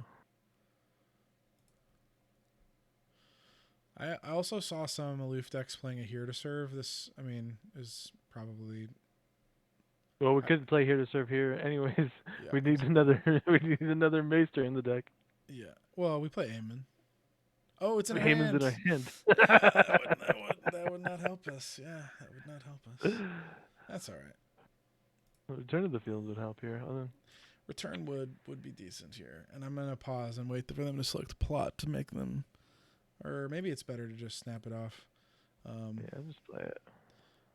Okay, I think we want them to be first player. Definitely. Yeah. Yeah.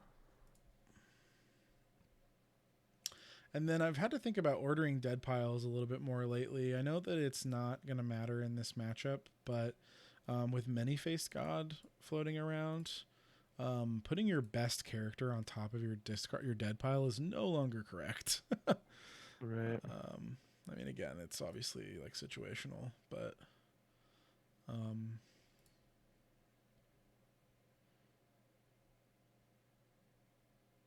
awkward that this underground vault is not triggering here, but I guess they could theoretically play. They could theoretically Yeah, but develop their econ. oh, they're more. first. They're first. Yeah, they're first. Yeah, Let's let them. I'm gonna wait till they marshal before I trigger it. But Yeah. I guess I've got nothing to do with it in the on his marshal anyway. But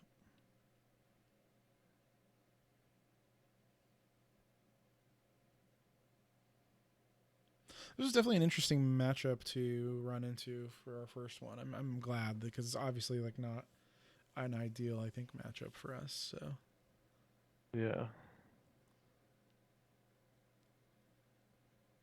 At least not without Castle Black. Yep. He's eventually gonna get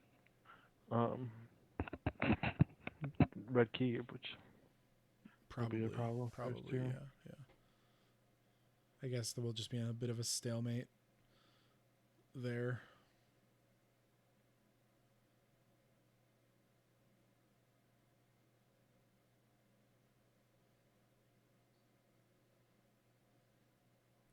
Also have 50 cards in their draw deck. Are they playing like 75 cards in this deck? Or wait, 3, 5, 6, 7, 8. They're playing 66 cards. We're playing 66 cards. My God. I guess if you're gonna see battles turn one, they're like, I don't care about the rest of them. That's true, yeah. Okay, they're just going full in here.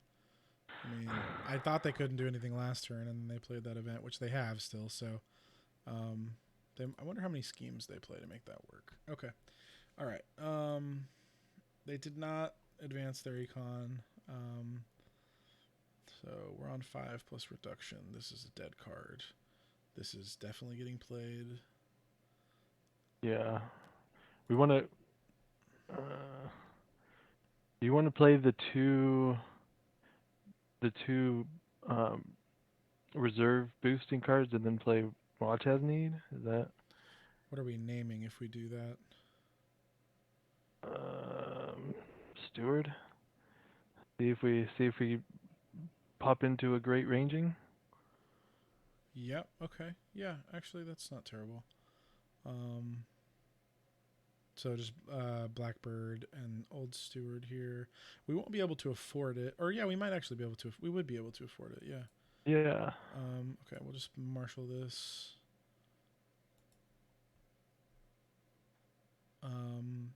Maybe we won't afford it anymore. Actually. No, we can because we have the reduction plus Aloof plus Great Hall. It's free. Yeah. True.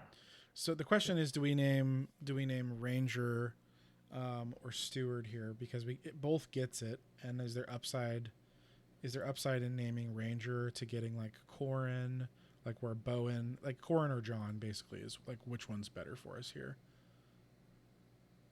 I think that I would lean Steward because we have more targets. Okay.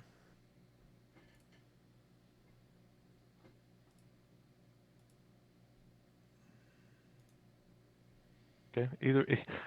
I guess exactly the conversation we just had worked out there. 4, 5, 6, 7, 8. Yeah. And it's definitely better to do this. I mean, we don't have any yeah.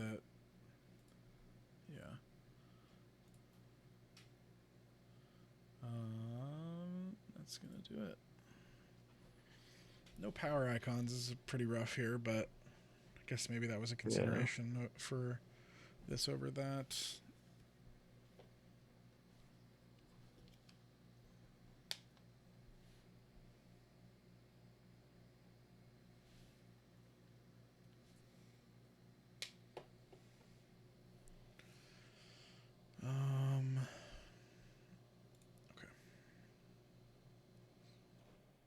Oh, you know what?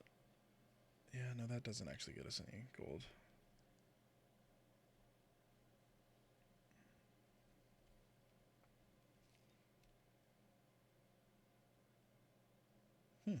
Would have been impressive. So Yeah. they have the reduce by 3, and they have this gold here, so they can bring something out for 4. Mhm.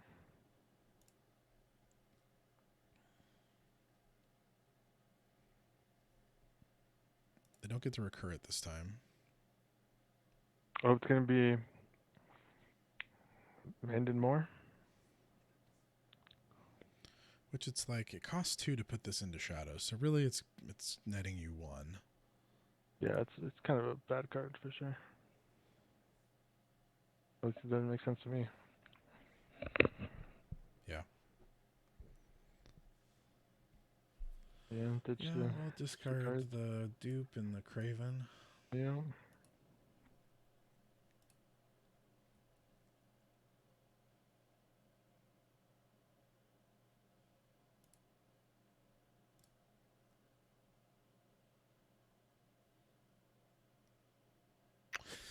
I think the Brand the Builder line on turn 1 would maybe have served us better here. We wouldn't have overextended ourselves as much, and we would have likely had one of our 2 important locations potentially. Yeah, I think I think yeah, I definitely I was the one they called for late summer feast. I don't even mind like forcing the Valor turn 2. I mean, Mm-hmm. we're in a place where we have It's 7 or 8 nice. cards in their Yeah, hand, and it's we're forcing our opponent to reset turn it's 2. nice So that we have we have 6 turns to not worry about that.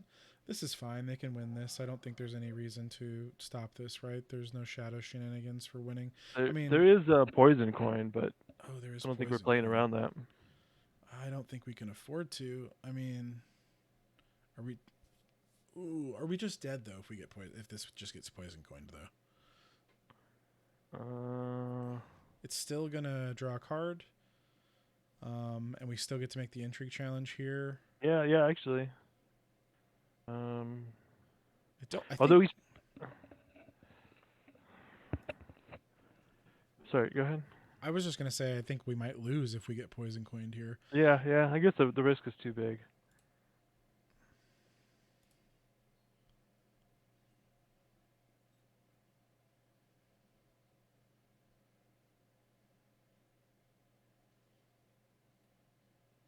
Right. I mean, he just wanted to.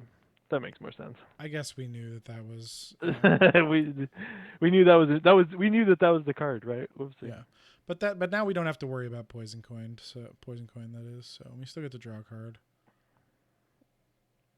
Yeah.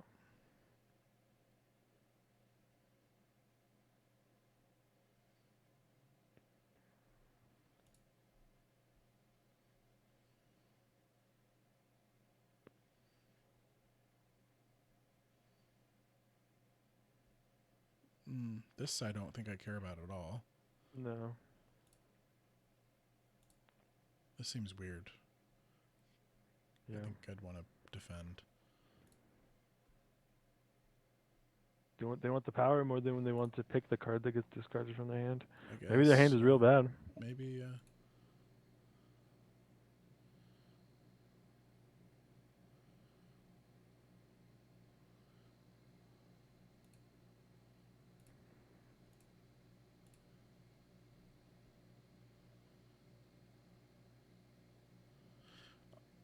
Oh, you know what?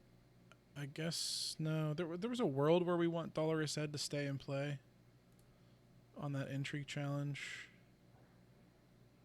Yeah, there is. But We definitely didn't even consider it, so didn't we consider probably it. should I have. mean, the claim was 0, so I never. That's why I didn't consider it. But Right.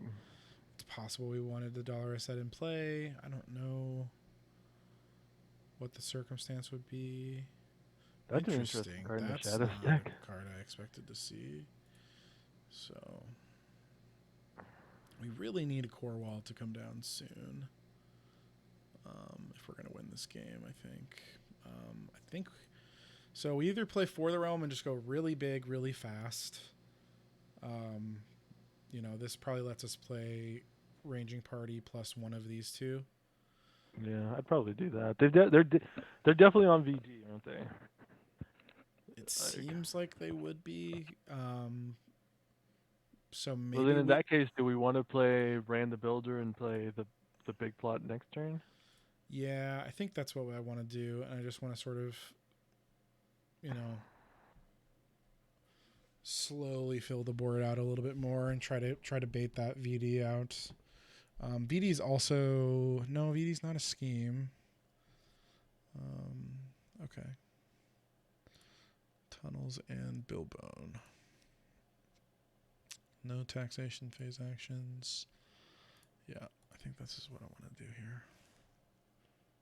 I think they'll probably play Money Plot here. They need to play money. They don't have any cards in shadows. Like getting critical mass of cards in shadows is really expensive. Yeah, we'll choose them to go first again. Yeah.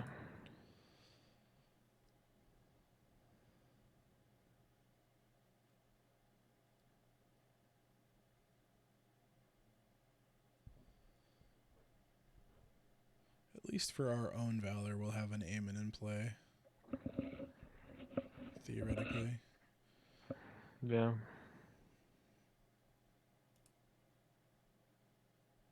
Okay, that was a really good card to draw. Mhm.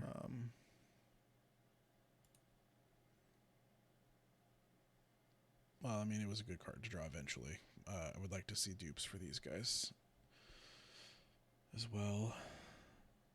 Really just want to see wall, but hopefully that gets us there. Yeah, we would love to see big locations here rather than more big characters, but Once again, they're sneaking in underneath our vault, which is awkward. yeah, I mean, if that's stopping them from playing money, then that seems fine. There we go. All right, do it. Trigger. Oh.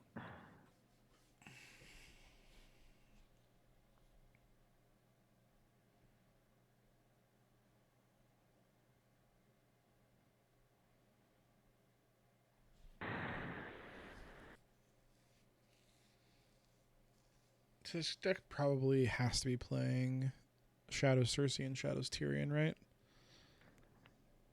Yeah. In which case, do we want to... So we've got 5, 6, 7, 8, 9, 10, 11, 12 gold, ostensibly. So we could play Aemon plus big.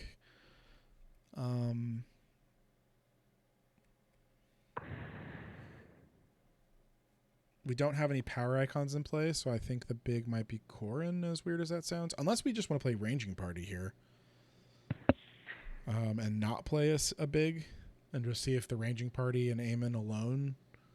Although maybe we don't want to play the Aemon, because Aemon into VD is pretty awkward. I think we don't want to play the Aemon. We probably want to play... I think we have to force the VD next turn. Like, Okay. Against these decks, I don't think the putting off the VD is the best choice. Like, No, I agree. Yeah, I think we need to put him on a show me you have it kind of thing. Yeah, and so we play Ranging Party dupe, then one of the bigs. Yeah. Okay. At least, and like maybe even still. So we could play. I think I want to play Jon Snow here because I like Corrin more. Too. Plus, it lets us be defensive and then be offensive again. Yeah. And we'll pass. We still have this to defend our hand. Yeah.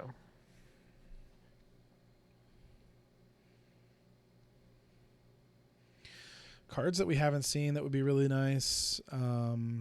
Three Finger Hob and Eastwatch at this point, since our insight's gone.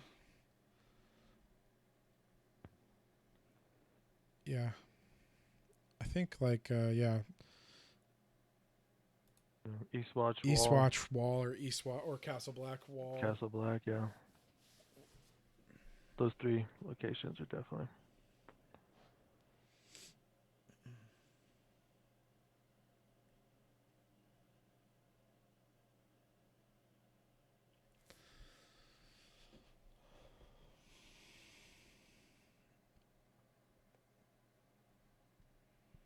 So unless they've got another copy of this card,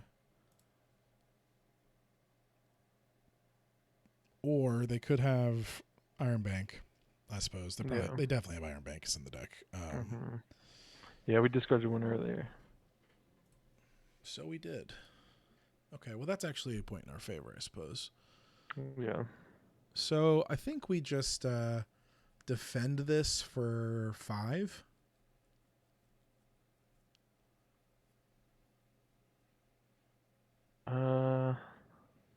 We defend this with the 2-drop and then this. Or do you want to defend this with John? I probably would rather defend it with John playing around Treachery? No, he can't play Treachery. It's not unique. No, the big boy. Shadows. Robert, yeah. he'd have to Iron Bank and then do it. But he could also have the shadows, another one of those shadows events, right, and then do it. Are we playing around 2 cards? I mean, I guess we're playing around 2 cards regardless, either Ryan Jones or Shadows. Yeah, I suppose it's pretty low stakes because John stands. Yeah. Okay, we'll just do it with John here.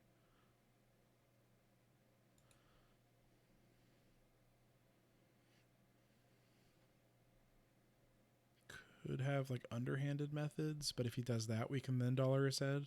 Right.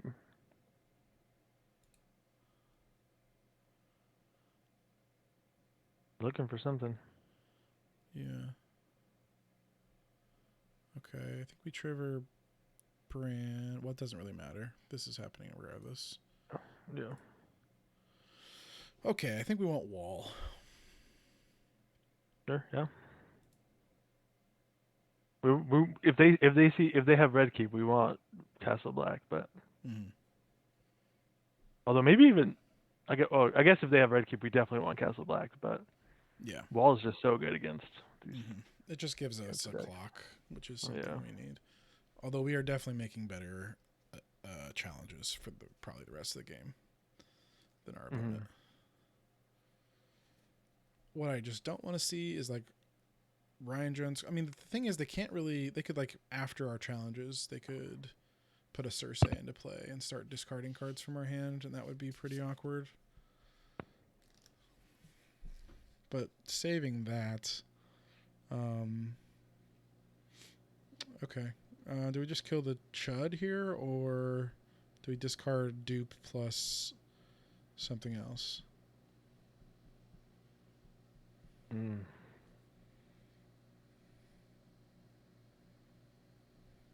Yes. I think we just discard these 2 maybe. Yeah, let's do that.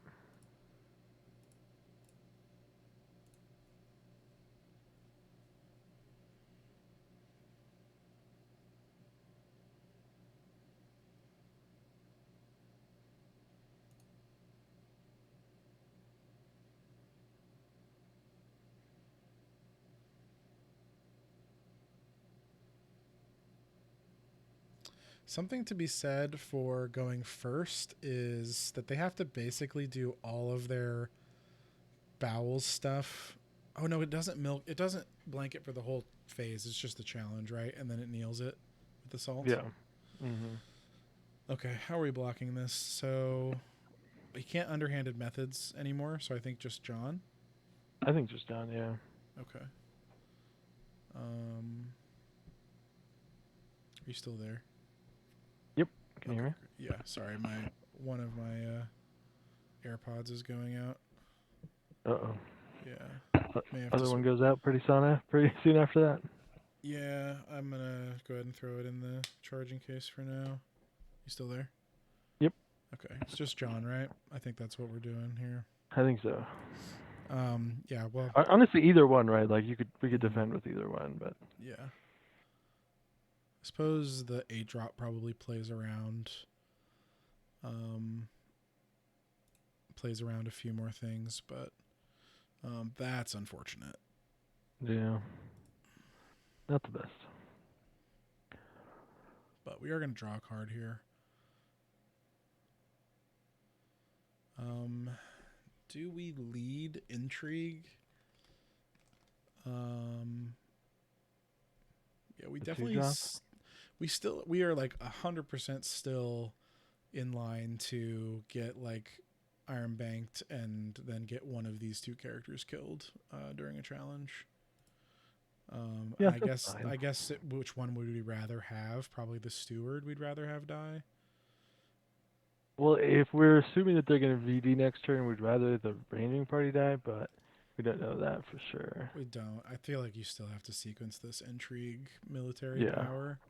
Yeah.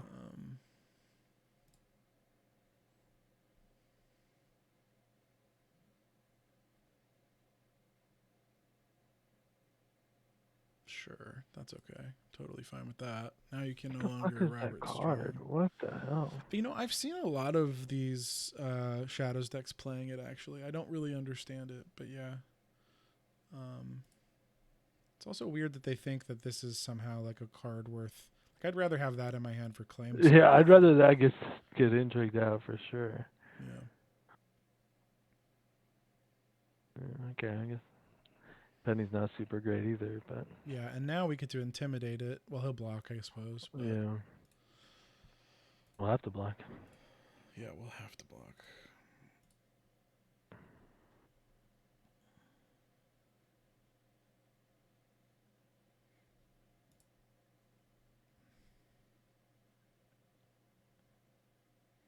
So we win the unopposed power challenge plus Dom here, which is pretty nice, I think. I mean, obviously things could change, but Yeah. it's the way it seems. Mhm.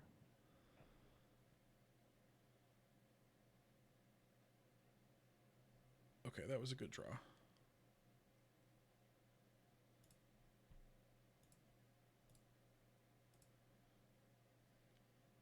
We're gonna be 5 under here. Yep, we are. Well, this is a 7 reserve plot.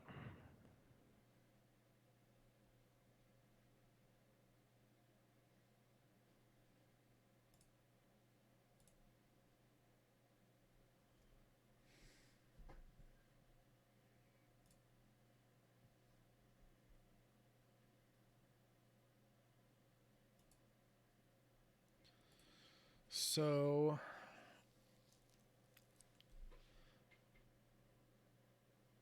I think it's probably just for the realm with the wall. I mean, there's some value maybe in... We don't have any attachments. Oh, we don't have any attachments. No, I was thinking we could kneel these two, but yeah, that's definitely not going to work. Okay. Yeah, for the watch it is. I mean, we still have got our closer. Yeah, obviously this card's stinking up our plotline right now, but that's gonna happen. This is obviously not the matchup where it shines. Yeah, like you said, should have set up that milk. That was for sure a mistake on my part. And there is the VD, so that's good for us. I mean, we get Yeah, we I think four this GG turns. for us. Yeah, this is a. We get 4 turns without until we 3 turns until we valor, and we should be able to. So we're just keeping the dupe, right? Yeah. Mhm.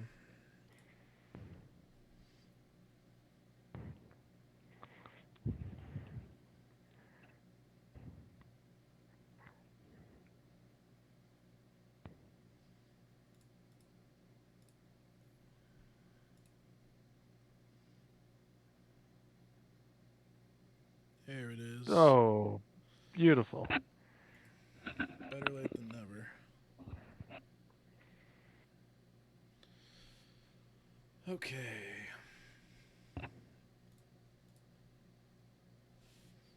So Corin costs 2. So we could go Wall, Castle Black, Corin. That seems strong. Although I guess we could also play 2/2 drops instead, which may be safer. We just don't have a power icon in play if we don't do that. If we do it like that. Well, instead, no, yeah. Right? Do we need the power Yeah. icon? Let's do it. Okay, so you think 2 locations plus Corin. Yes. Okay. So we'll reduce here.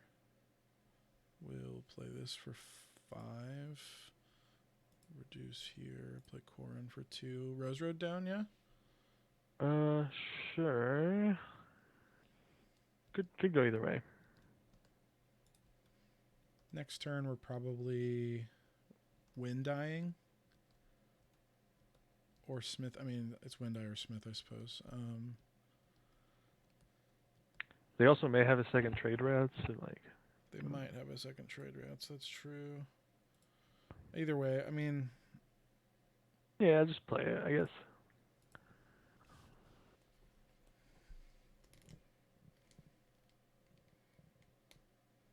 It'd be hard for them to get enough money now to do everything. I suppose awkwardly... I mean, we just have to pass, I think, challenges, obviously, but... Okay, yeah, we're getting our Great Ranging milked. That's a little annoying. Wait, no, we're not. Yeah, oh, it is no attachments, yeah. I'm not sure who they're milking. Milking the steward? Nobody. Not milking anybody, yeah. Yeah, that fourth keyword, no attachments. No attachments is a keyword, right? Yeah.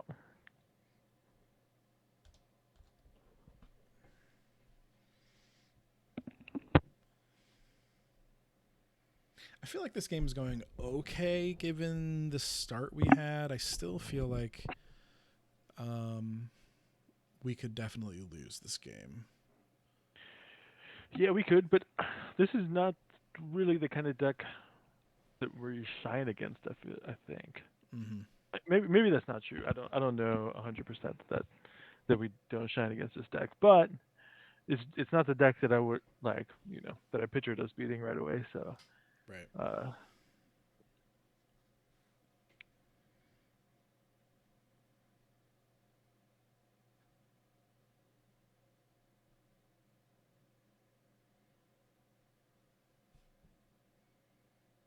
opponent is also starting to whittle down on resources, and if they don't play Red Keep, us canceling their first tunnels trigger. I mean, we've got to be, yeah. I think we're canceling that over either of these, but like 100%. Yeah, I mean the deck is super money starved.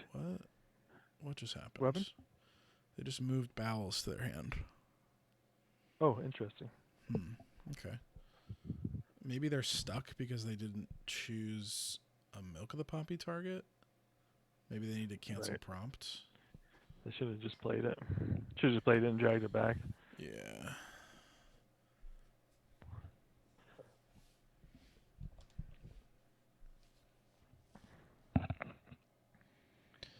Yeah, I think I'm kind of regretting playing the Rose Road, just if only for the fact that I would have liked to have another claim soak. Because if this challenges phase goes like I think it might, we're probably losing the intrigue challenge. And I kind of want both of these cards. And we don't really need the gold. Yeah. Next turn, in all likelihood. So I think we're just passing here, though. Yeah. I'm not sure. I think. I guess we could. I'm pushing challenges here. I'm making the military intimidating a guy, if it comes to it. Okay. You're making a military here. I guess. Assaulting here. We could also assault here if they don't use it, but they're gonna use it. Yeah, they're gonna use it.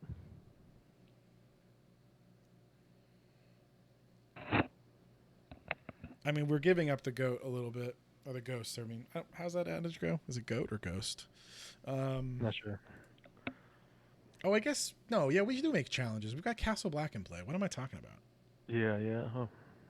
That seems good too. Yeah, that seems good too. I guess the question is, do they have a clever feint? Do we make the challenge with Great Ranging or with Corin?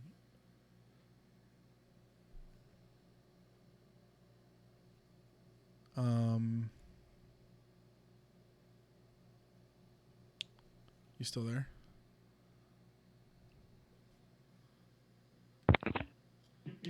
Oh, okay.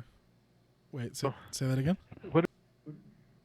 Oh, looks like we kicked over We kicked over to my desktop audio because my. All right, how about now? Oh, I see you. There we go. Okay, it's Just gonna be a left little. that It's gonna be a there. little song and dance for a minute. Yeah, I can hear Okay. you. All right. So Sweet. military with the great. Check OBS. Make sure the desktop. Yeah, no, we're good. I've got it. I'm keeping an eye on it. Check to make sure that my desktop. Okay. Yeah, we're Cool. good. So a military with great ranging, you think, huh? That's how I would play this.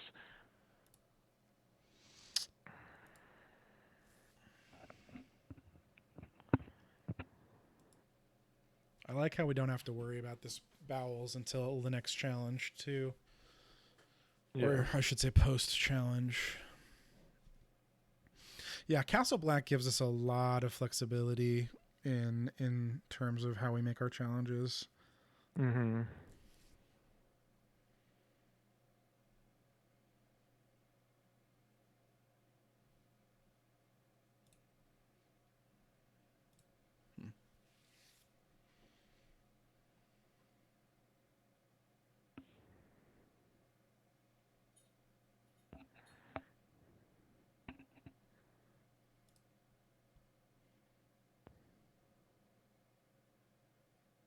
This feels like a. Oh wow. Okay. Just I guess they're just taking it. So I'm fine with that. Sounds good to me.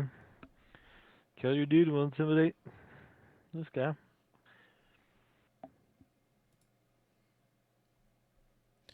The Cool. real question is, do we take our power or do we push a power challenge here?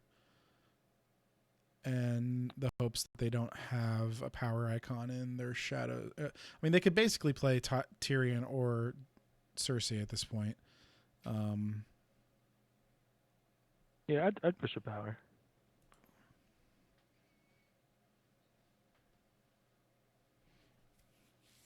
Like we could keep it up and hold up the wall, but at this point, the power challenge is going to be better than the wall. So Right. like if we're risking the wall trigger by Yeah. making the challenge, it doesn't matter. Yeah, because at least we gain 2 here. Yeah. And then we take 1 away from them. I think we're good to go ahead and trigger this now. 100%. We're canceling this. Yeah.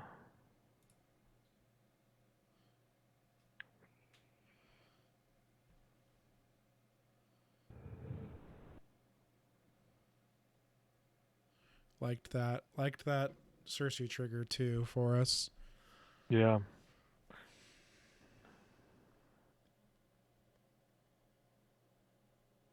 There's a weird time for them to bring Cersei out of shadows if they don't intend on winning this challenge.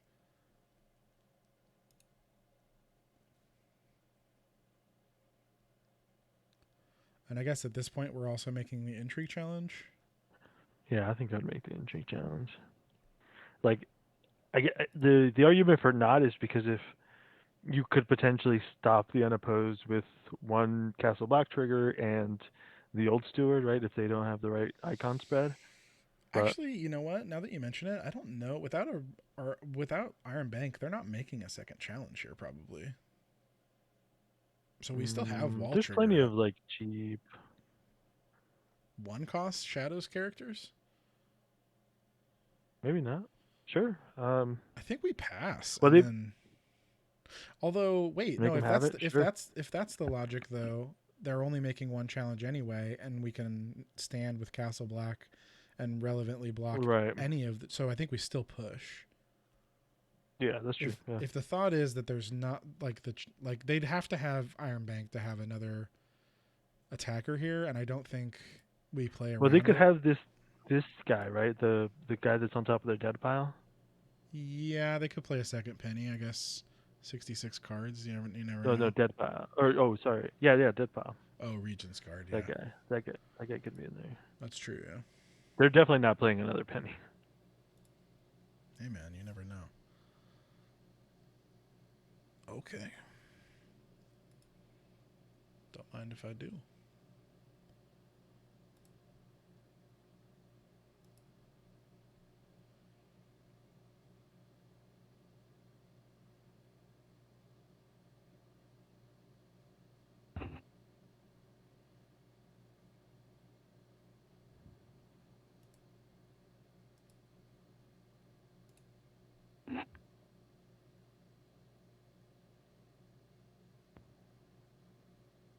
It's like not impossible that they forgot that Castle Black has extra text on I do it all the time, so it's it. entirely possible.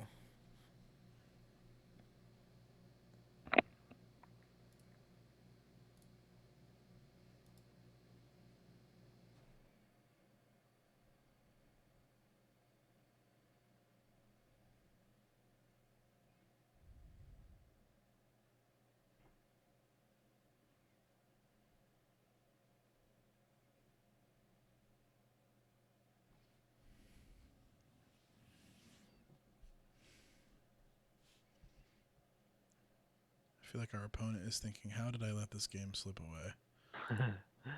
Yeah, I think so. It, it's a tough place to be in a control deck when you're forced to play two resets in your first four plots, right? Like, Mm-hmm. god damn. Gosh But darn. could have passed challenges that turn. We could have passed challenges that turn. That would have been bad.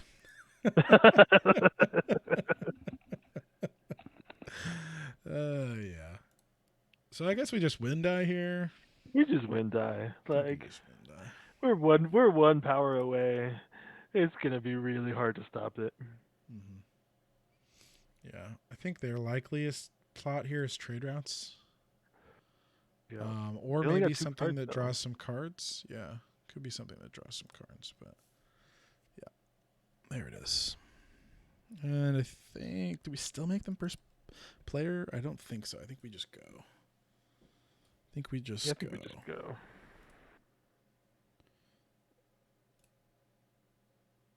Awkward.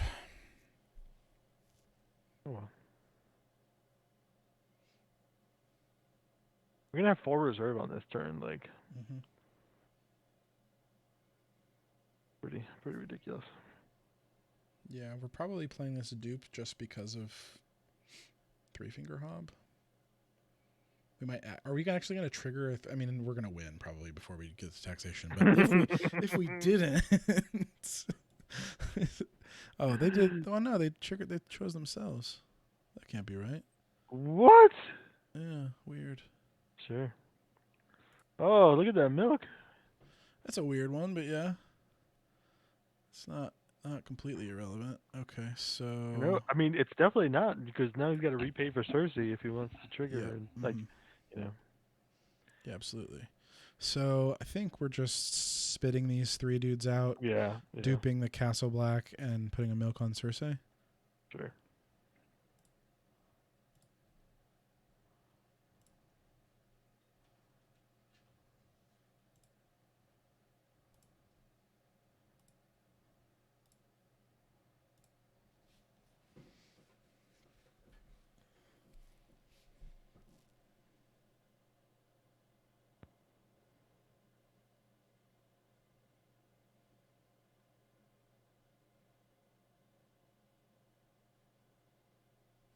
Yeah, that was a savage punt, though. Trade routes on themselves there was not what they wanted. Unfortunately. Those 4D chess playing the Rose Red knowing he was gonna choose himself anyways.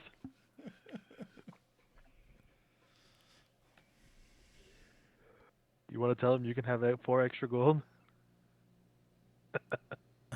I mean, I would be fine with them having more gold, but Agreed. I think they see the writing on the wall here. If I had to guess.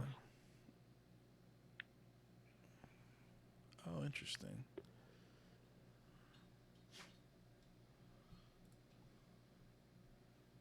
Suppose Queen's Assassin was maybe a reason to not play the dupe. There we go.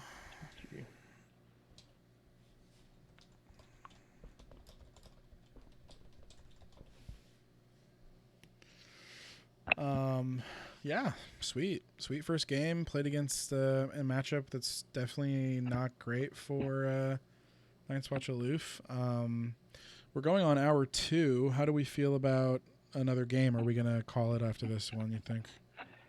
I'm game either way. This match here. What can we say? It probably matters a lot that our opponent was playing a deck that had 66 cards, and so Sure. Yeah. wasn't particularly challenged. Okay. But Um, felt like it Let's performed pretty well anyways. Like, yeah. more than the results. Like it Mhm. drew cards. It you know forced resets and kept playing. Right. Yeah. Yeah, I mean, I guess we could at least talk about the deck and like maybe things we would change. I mean, obviously one game is not enough of a oops, this is actually not. This is a different version of it. Everyone can see my cube list there. Um Yeah, so some cards that we didn't play. Maybe I was reminded by a different version of the deck I have built. We don't have a Shadow Black Tower or Shadow Tower. Mm, This card seems like it could be good. that card's good. Yeah, I'm not sure what we're cutting for it. Maybe the Blackbird.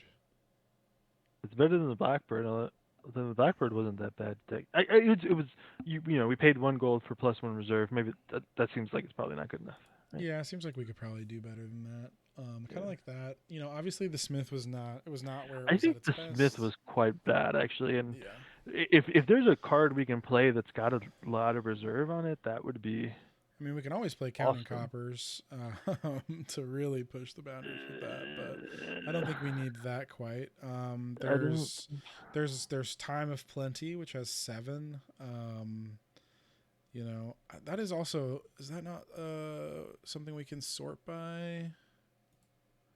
Yeah, yeah. You sort. You click on the cost. If you just click on C right there, yeah. It didn't seem to work, huh? Strength Initiative. It's counting the 1 and 10 as one. Like it looks like it's working. It's just got tens in the wrong. 10 should be after 9, not after 1.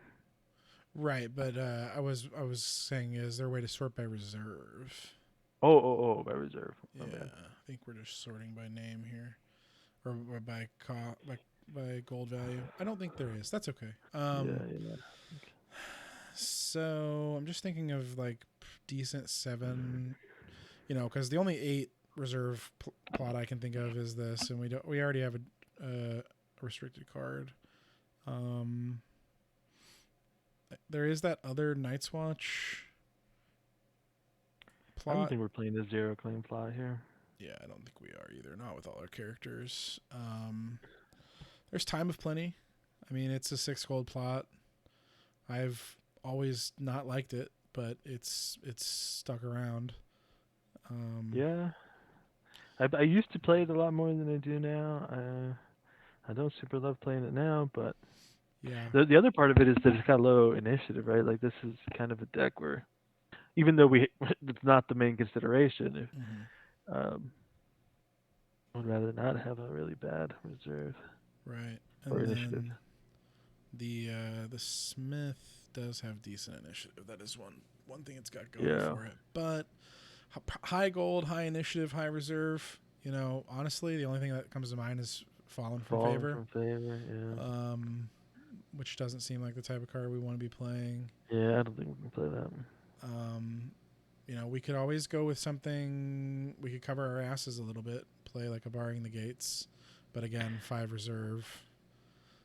Yeah, I Um, don't know that we need barring the gates.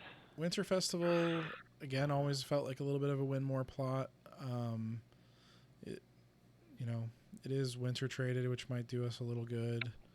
But Varys's Riddle is 7 reserve. I mean, Wait, trade routes. Should we just play trade routes? we should probably play trade routes given how many locations we spit out. Yeah, that probably makes sense. Now, can we afford to play trade routes over LSF? uh, Probably not, because trade routes is definitely a mid game plot.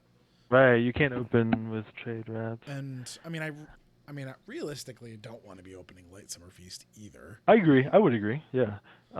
Like it. The deck is built so that we can as quickly use up the For the Realms. Like, Mm-hmm. um, Yeah, I really like opening Bran. I mean, the deck has a lot more money with like all of the plots have +2 gold on it, right?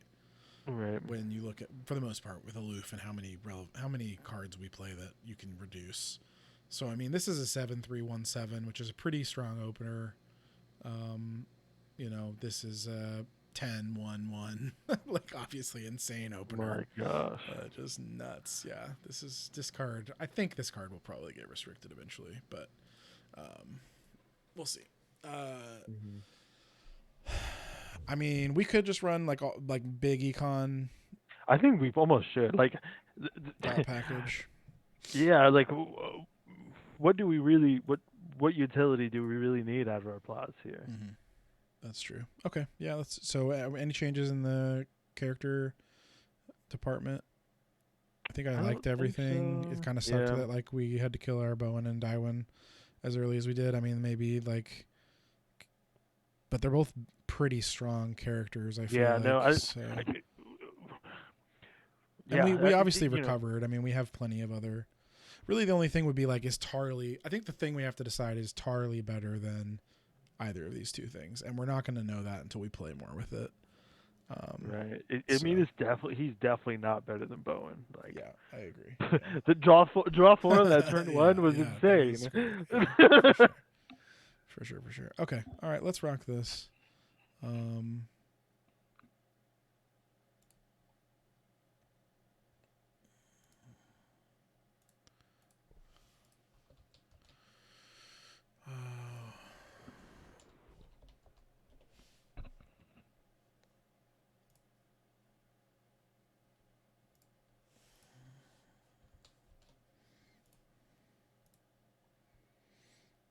Oh, we never left. Oops. Okay. I can't say that I'll wait a super long time for this game, but if it fires in the next 5 minutes, I think we'll call it, or we'll run it back. So.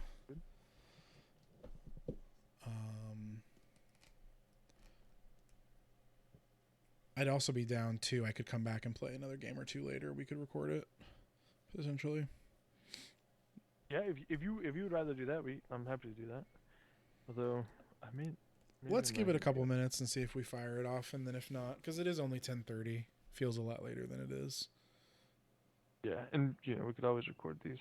Yep, for sure. At a different time too, right? Yeah, different night even if we need. Yeah, like I mean, this is yeah. Well, let's see if it fires. We're in that like awkward time period now where like a lot of the Euros are asleep and a lot of the Americans are starting to go to sleep.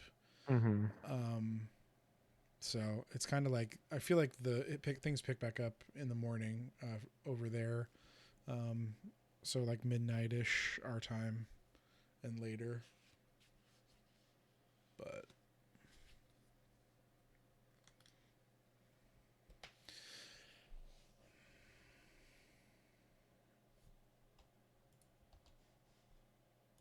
oops, not Jousting Pavilion.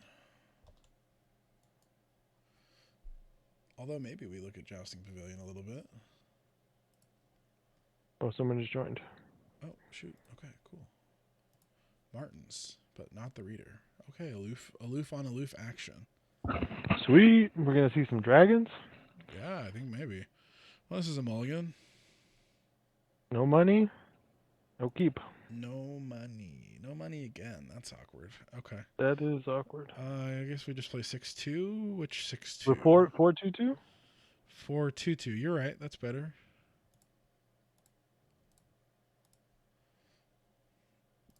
There's everything.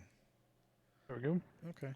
Well, we'll just do the do. Okay, little dragons. Oh, he's going to upgrade the dragons? No. They may be. Oh, see? Sweet. This is yeah, that's another really nice thing about For the Realm is that Summer Harvest is very popular right now. And another reason why I don't love opening Late Summer Feast if possible. yeah. Like our 10 gold plot got underneath their Summer Harvest, which just feels incredible. Okay, we're the first player. I'm pretty sure we are. Well, yeah, it's the only reduction we've got. So we'll play this for free. How does this work? This is 6 gold plot, right? Yeah. Okay. Yeah. Do the thing. Do the thing. Do that thing.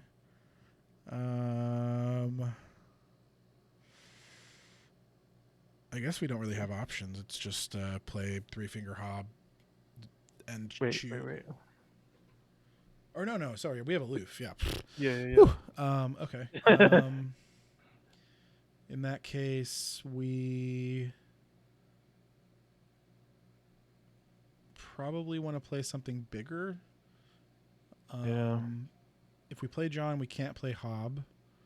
We can't even. Can we? We can't afford John, can we? Because I think if we could, we snap Oh, John you're off. right. Yeah, no, we can't. No, yeah, I think it's just maybe Corin or Daiwin and just try to get out some of the burn. But again, we're like, oh yeah, that's not a bad call. killing our.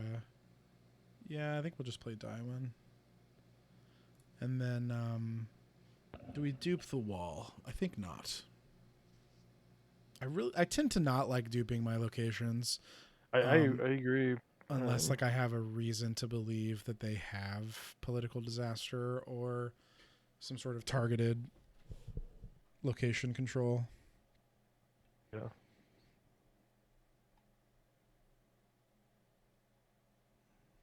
Okay, that's not. I wasn't expecting that card. But I guess it is Aloof. Stand each defending knight or raise the claim value on your revealed plot card. Okay. Yeah, claim raise seems good. Should we just hit him with the old Maester here? I guess let's we get to let's make a do the military challenge. Yeah. I mean, they can't drac it, so yeah. They can double burn, but that's a huge win. Yeah, they could also double burn. I mean, we'll just do this. Still past the little one. What? No, we want to win this challenge, don't we? Sure. Yeah. Actually, that makes more sense.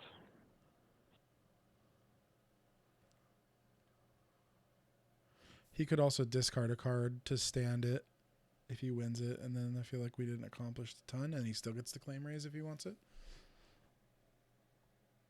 Plus the renown. So I think I'd rather tax the dupe here. We also play Valor, so at an opportune moment we could Valor, and they're gonna play a lot of big stuff, so No, yeah, the winning this challenge is much better than letting him win it for sure. Okay, looks like we are going to get a double burn on this, and I think that's really good for us. Sounds fine. Or a burn and block, which I'm also totally fine. Oh my god. That would be... There's no shot that happens, right? No, there's a... Oh my gosh. 3 for 1? I'll take the 3 for 1. I mean, I'll take the 3 for 1 for sure. Okay, so now they can only make 2 challenges. But we can't Mullen. I mean, they were probably going to... it's another, so you can't just make a little cheap intrigue poke here. Right. I don't know. We still could, and then defend. I think you almost still... Yeah, I think you almost still do. Yeah. Yeah. I mean, it's not helping us defend anything. Really. It's like kind of awkward because we can't take a 2-mil claim challenge too. We can't take 2-mil claim. We have to remove. We have to remove the mill icon or the mill option here. So yeah, it's okay. Maybe. Yeah, this is fine. Okay, they want to kneel the wall here. Which, if they trade a King's Road for the wall here, that seems fine, right? Absolutely, yeah. I think we just name mill here and then pass. Yeah. Or, since we're not triggering the wall, do we want to put another power on our house card? No, because I think we don't want to take any mill claim, so we want to name mill and defend the mill here if he makes it. Yeah. Or at least like present that we can. Yeah, That's 100% the right play here. Wow.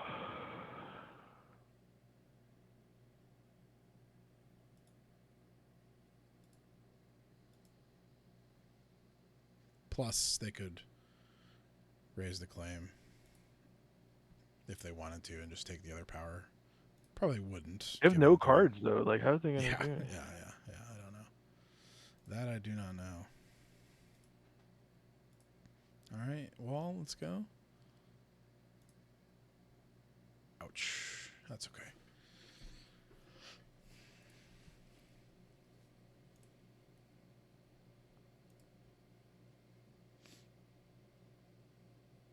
Okay, so here might be an okay LSF turn. We could also Bran again. Although we're in less dire need than we were in the LSF is last game. tough here because he's got no cards. So Yeah, I think we just Bran. yeah, yeah. I think we probably Okay. don't want to play LSF this turn. Although they did that, but yeah. Okay. So I think we just. Well, make them... he's gonna have 10 reserve. We don't want to feed him cards. No, for sure. It's still good not to have done it. Yeah. Let them first. Yep.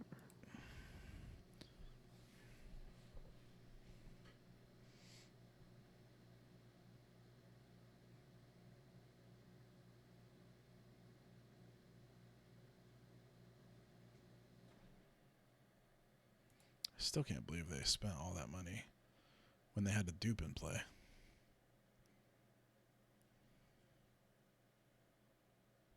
You know? Yeah. I don't understand that either.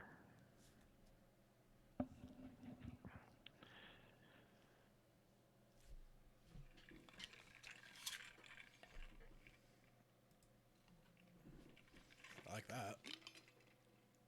I like that a lot.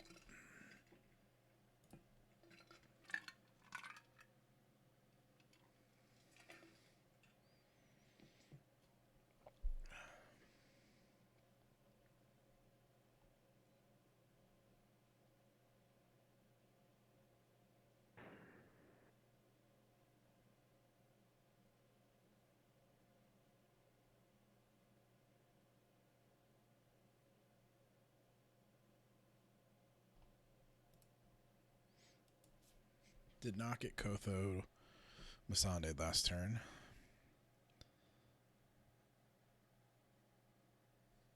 Can't get Kotho Masande this turn.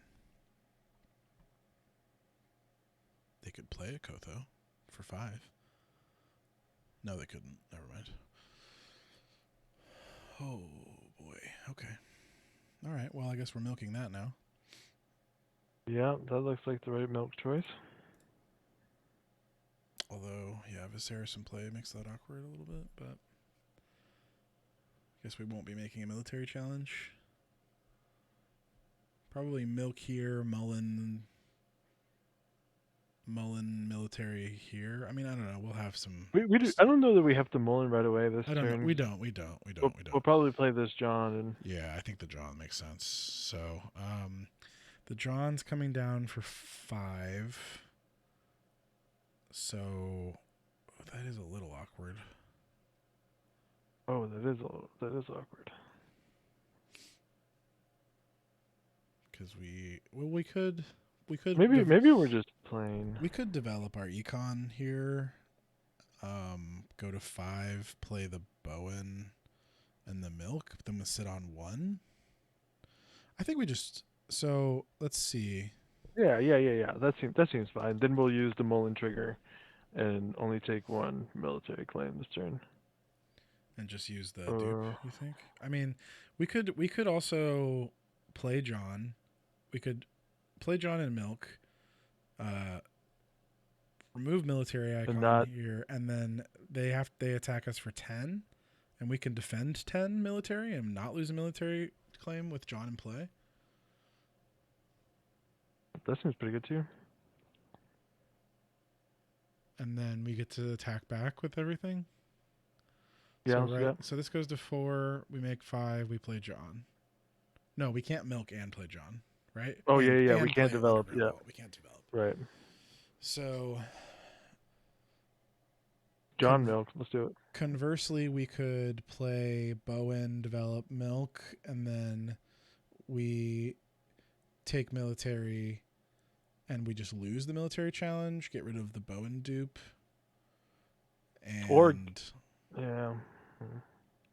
and then we don't have as good a challenges back because we don't have a stealth character. Yeah, I think we just do this. Yeah, let's do it. Play the John.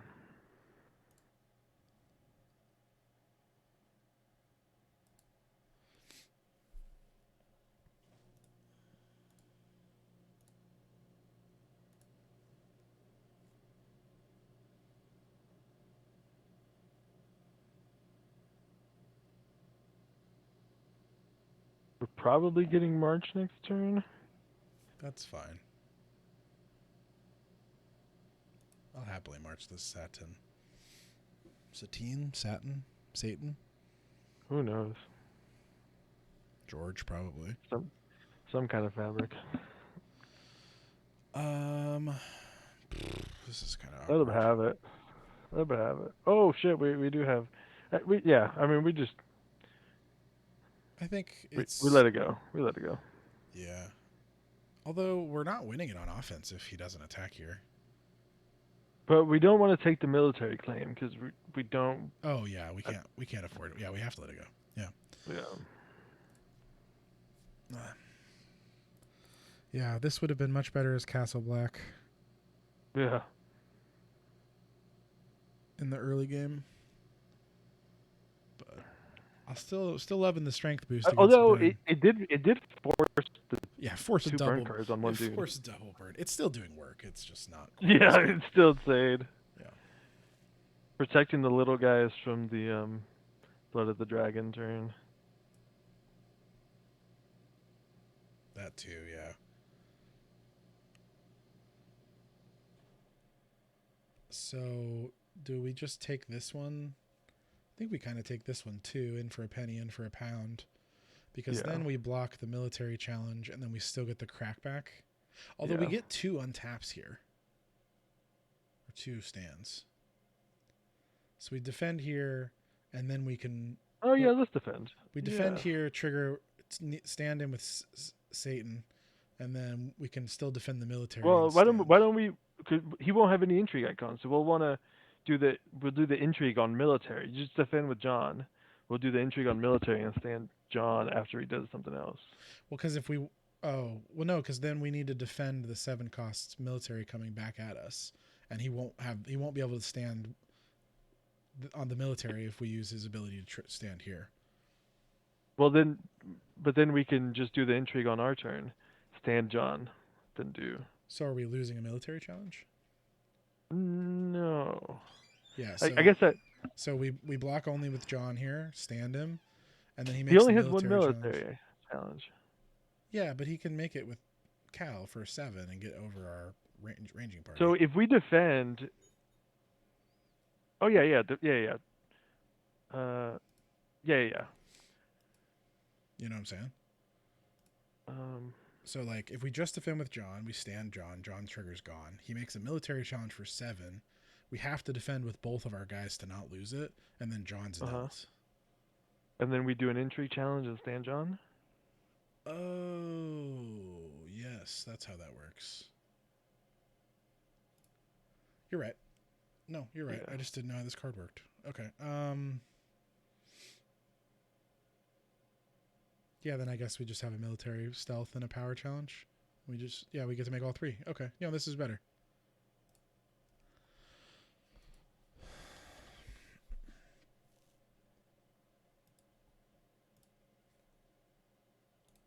We also get to do this. We also get to do this.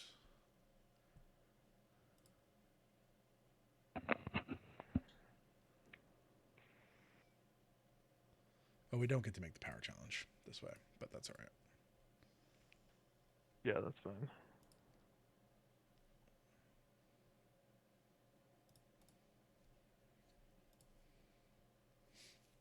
Great Hall or Shadow Tower? Whew, that's a tough call. We already have a limited in hand. I'm leaning Shadow Tower, actually. I think Shadow Tower it is.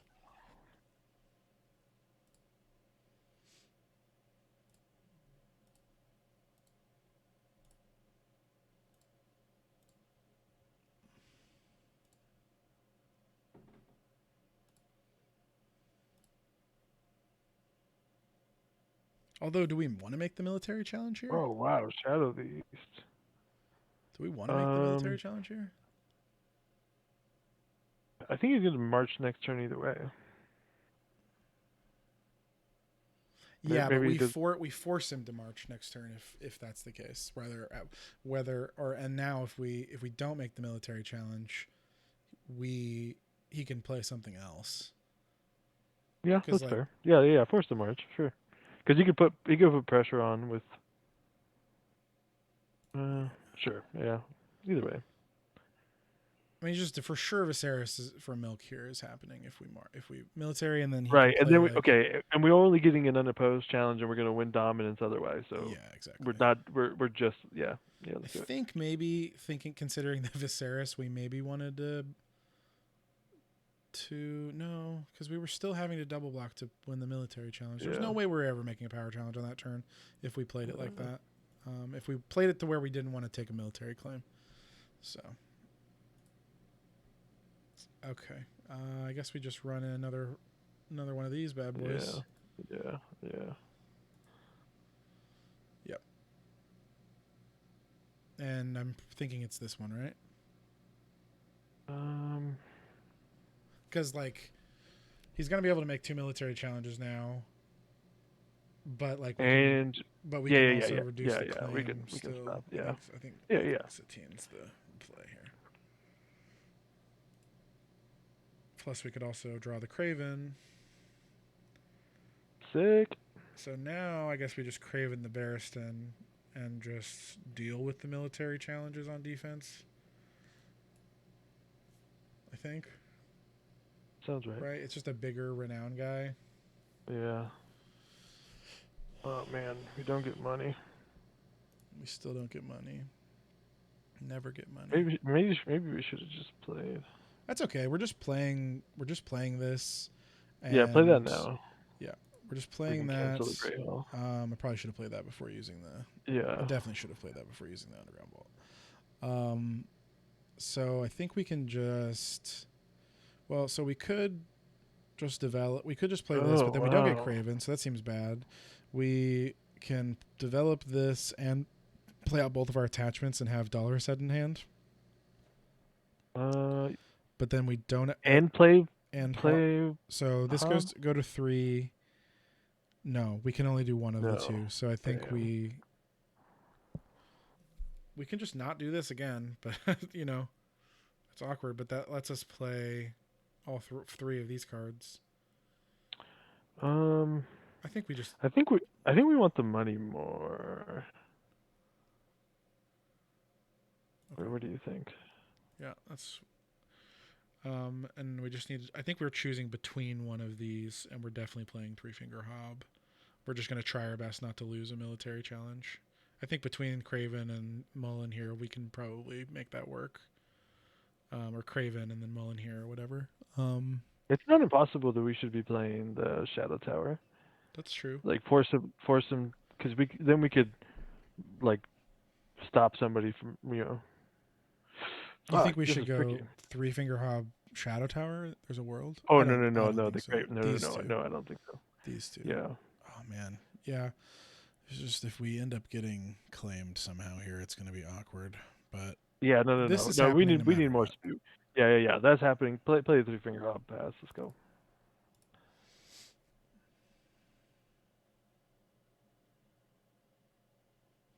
No, that's fine. That I'm probably canceling. Yeah.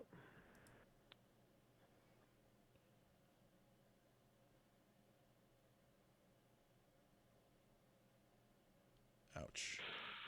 Okay, well now I know where boy. Mullen's going, I guess. Yeah. Okay. Well, we have Castle Black. And so we probably just get in there with John, I think. For maybe an intrigue challenge. Are you sure? I'm probably just passing. Okay. Yeah. All right, yeah. We'll just remove this option and then pass. Yeah. At least I think that's what I'm doing. I don't know. Plus, this also gives us the option to stand Mullen and use Mullen again, which is pretty decent. We could get in there for an intrigue challenge here. Neil's I don't think we want to here, take the risk of but I getting don't think we dragged. want to get dragged. So yeah, I agree.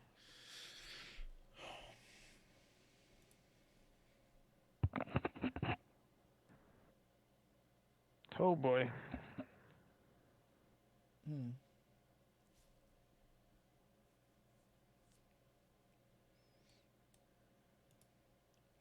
Power challenge for what? For one? For one, I mean, we gotta let it go. Brutal.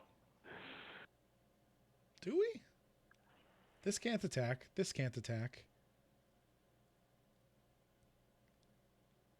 We still have Castle Black trigger, so like we could trigger this on Mullen and say like you can't attack here. No, I don't like that. You can't attack Mill, and then I think what we and do then is we just wait and block. So I think we block here and then we can okay, untap it with the sure. mill. Yeah. So That we sounds just good. pass, I think, here. Yeah, and we've got the Dolores head. Exactly. Yeah. Okay. Cool. Yeah. That sounds good. 'Cause we definitely want to leverage that Dolores head this turn. Mm-hmm.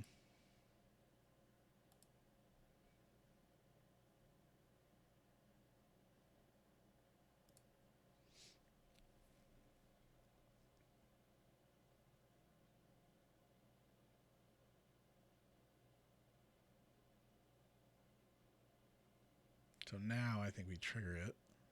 Mm-hmm.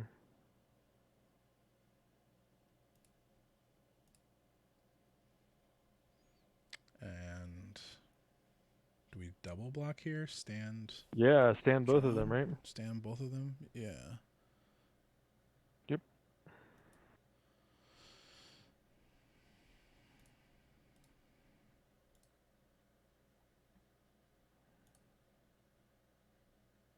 Seems weird that they would devote their 6 of their gold to that card with the Mullen in play.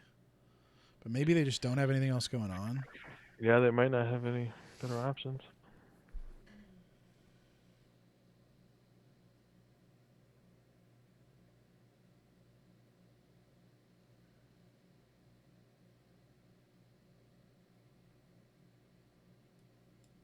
The question is, if they make the mill here with the Regal, they probably don't because they want to pressure intrigue, I imagine. But if they do, okay, so they definitely don't have Dracarys to win the military challenge. So we can safely block here with the John. I think so too. Because yeah. also they have to make the intrigue here and they don't have a drag. Well, they still have a dragon standing. So if we block here, if we defend here and they Dracarys, we lose. We have to kill the Mullen or the ranging party. That feels bad. Feels bad. We can kind of play around it, but then we don't get like. But then no. This is better. We'd rather lose the question I unopposed have. challenge. And Okay, that's fair. We'd rather lose the unopposed challenge than the character. Yeah. Yeah. Okay. I think that makes sense. I just, don't really want to lose this. And although we aren't triggering it we are triggering it this turn. What? Oh, incinerate. Incinerate? Sure. Oh. Okay. That's fine. It's going to take their whole hand to do that. Yeah. Oh, okay. Hey there. All right. Well, I guess Mullen's going by. Or it's Ranging Party. I mean, it's one of the two. I mean, Mullen so succinctly answers Drogon that it probably is just Ranging Party. It probably is just Ranging Party. Unless we're going to Valor next turn, which we could. Ooh, they did also use their coppers. So they're going to use... Well, then in that case, it doesn't matter. I guess it doesn't really matter because we're not winning Dom. You know what I mean? Which one looks less suspicious for a Valor? Probably the Ranging Party. Okay. If we do this, we are Valoring, though, I think. I would agree. I think that's okay. Oh, he gets to keep a Regal, though. Or they get to keep a Regal. I think doesn't matter. This either way. I think this is the correct one. I think that's the correct decision either way.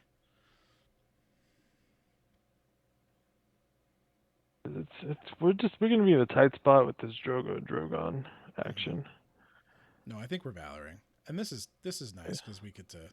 Well, it didn't matter because they don't have a card in hand, but they could have tried to win this challenge. I guess they are winning. They are trying to win this challenge. Okay.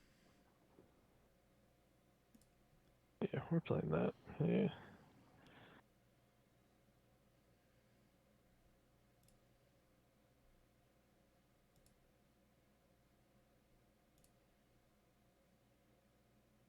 Right, and this is 6, and we'll have 5, Yep. so we'll still Yep. draw a card. Yep.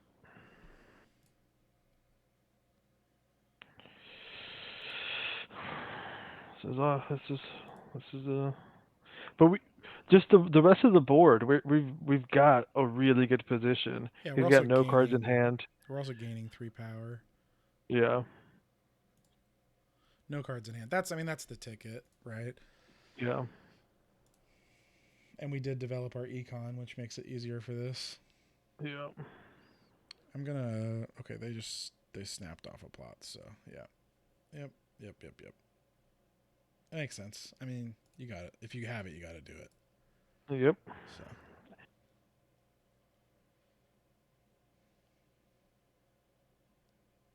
Boop boop boop.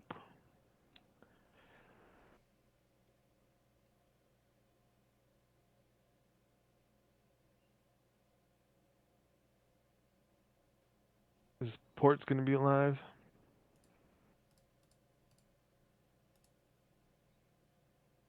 Yeah, we'll probably just Castle Black the port from now on. Yeah. Awkward. The problem is our econ is not fully developed though, so we're really just having. We need him to play a fucking Rose Road. They're not going to. Come on, Rose Road. You need money too, buddy.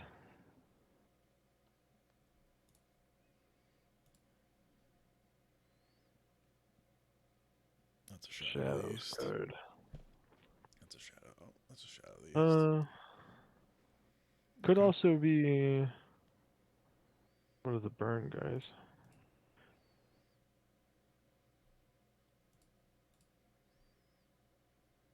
So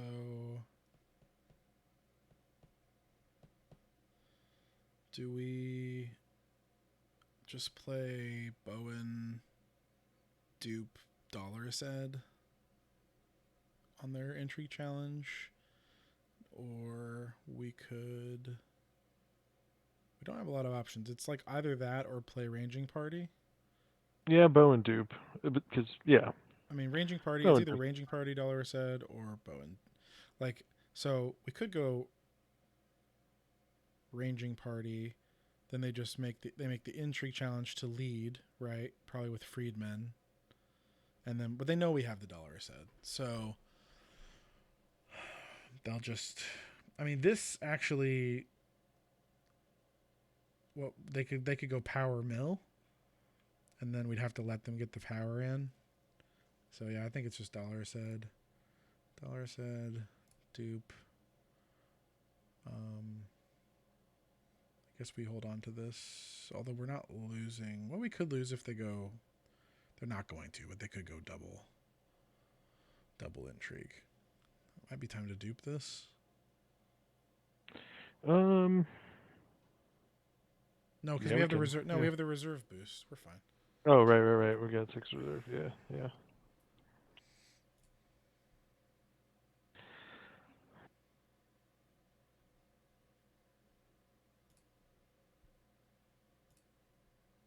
Although we are probably drawing a card this turn. Maybe, although they'll make a power challenge here, and then we won't draw a card. Yeah, I mean, even still, it's like...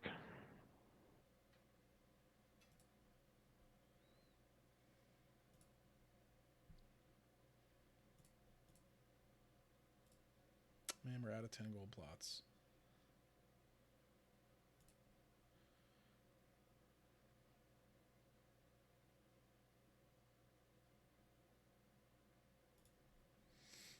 We defend this? Or do we want to draw a card? I think I'd rather draw a card. They're at 9 power. Oh, that's fair. Yeah, yeah. Let's do it.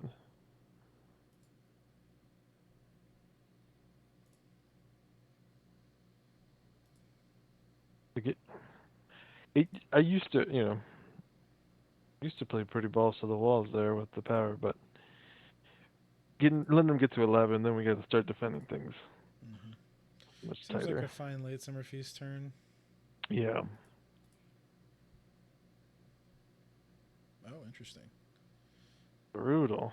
Yeah, we should have duped the wall. Should have duped the wall.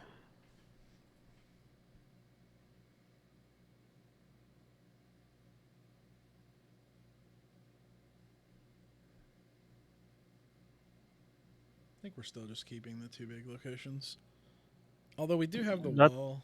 Yeah, yeah. We could keep Yeah, money, yeah. money Castle Black, and then play the wall. I mean, it's really just one gold a turn, though. Yeah, we do Yeah. have to do that, though.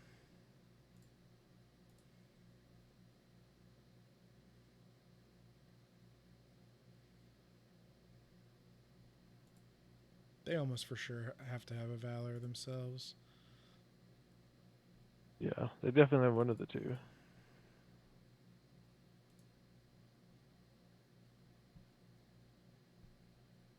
Hey, that's a card we probably could have used a while ago.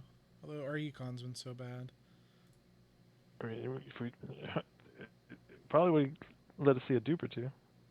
Yeah, I think it would have, yeah.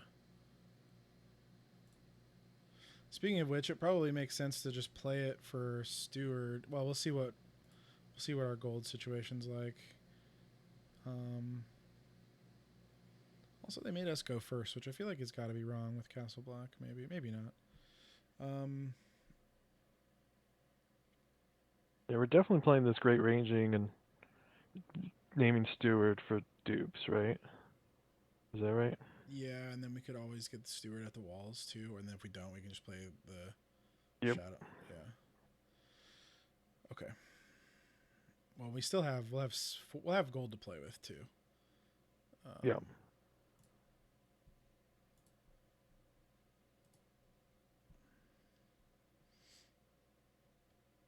Couple gold.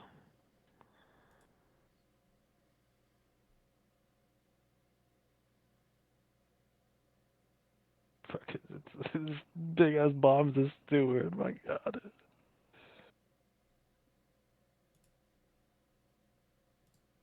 this card's dead, right? Yeah. Where are the other fucking three cards? Oh wait, oh never mind. It's not automatically 10. Okay. Well, that's yeah. That is that. I guess we play Shadow Tower and we get Dollar Setup, and that's that. We could also just play Dollar Set out instead, but I think this is okay. Yeah. Yeah, I think we're still just canceling that. Yep.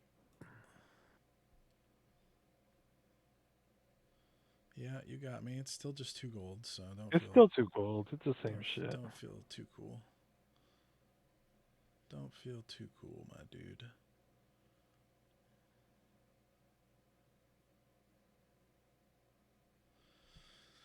Okay. Military challenge, I think. Yeah. Guess, guess he opposes it, but that's fine.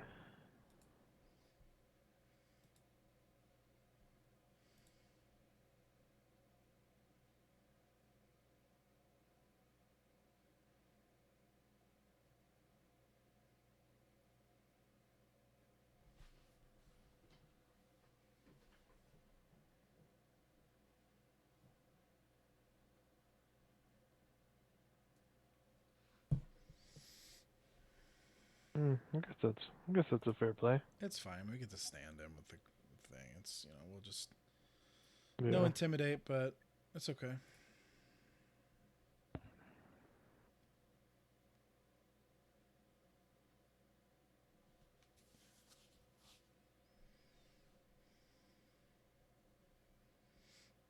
Um, do we make in power challenge here? I think we do. I think we probably passed, no? Really? Why? We can stand our guy with this thing. Yeah, but we don't know what the Shadows card is. It's the Shadows of the East. Oh, do we know that? No, we don't know it for sure, but that's my guess. I mean, it's that or it's Aegon, I think, and Aegon goes and gets what? I guess Second Sons, maybe? Yeah, something pretty rude. I guess we can't do anything about that. We just give him another card if we do a power challenge. I guess that's fine. But he's at 9, and we need I only to... got 4. Yeah. Yeah, do it.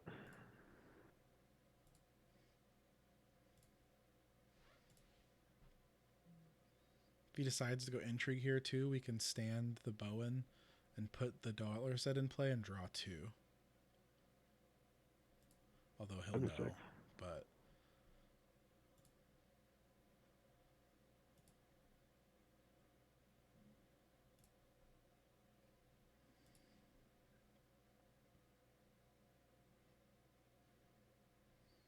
Okay, well, I guess we just... We're gonna do that. Maybe they forgot. Yeah, maybe. Or they've got, like, I don't know, maybe they burn it down so that they win the challenge? I don't know. Yeah, that's possible. Yeah.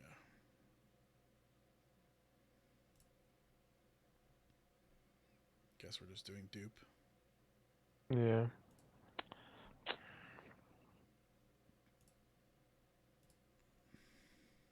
This damn thing doesn't stand itself. No, yeah. We went Dom, though. Calculated.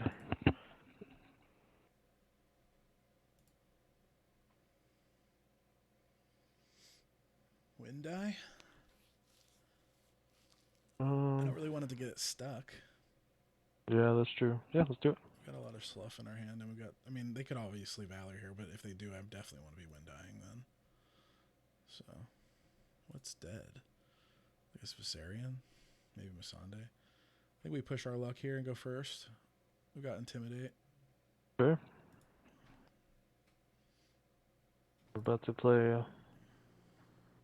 half hand. We're gonna have 2 claim.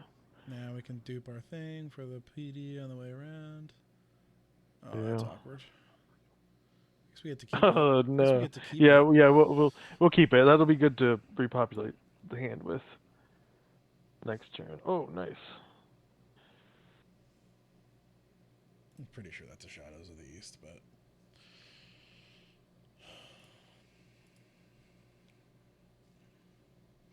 Guess we just dupe this. Yeah, drop the Rose Red. Drop the Rose Road. Corrin or Ranging Party? It's definitely Corrin. So I guess we could go Corrin for 4, Milk, keep 2. We could also go... Yeah, Wall doesn't fit into this strategy at all, I don't think. Godly. We Wall's could dig... so awkward. We could... No, we can only dig 2. Yeah, I think it's just Corrin, Milk, go. Yep. Sounds right.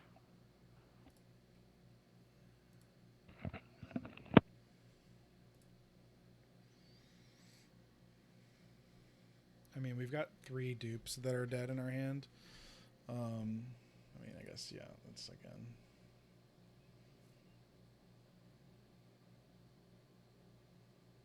Although if they play Danny here and no dupe, they don't have Valor. They don't play Valor. That's kind of shocking to me.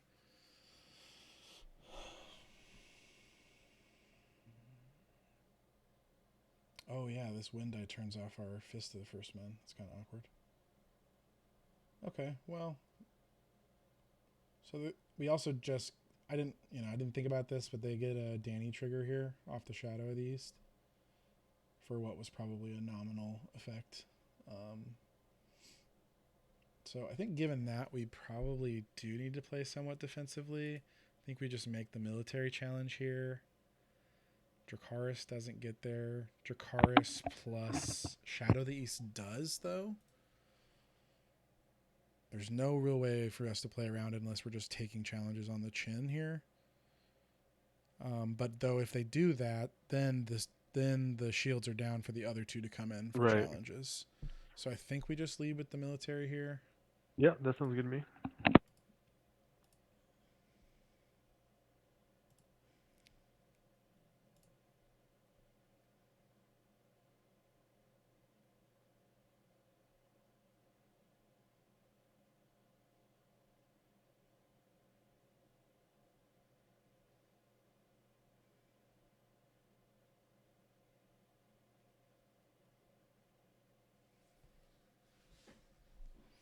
What's their last plot?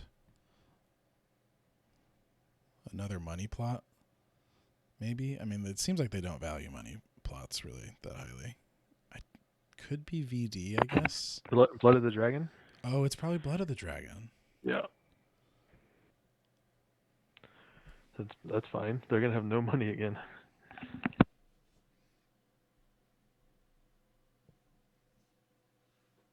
We also only have 12 minutes left in this game. Time flew by in this. Okay, that doesn't do it. They can win the challenge, though, which is fine.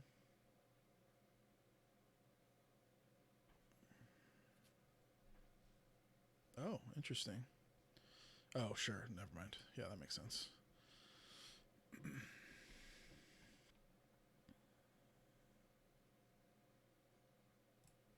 You got it.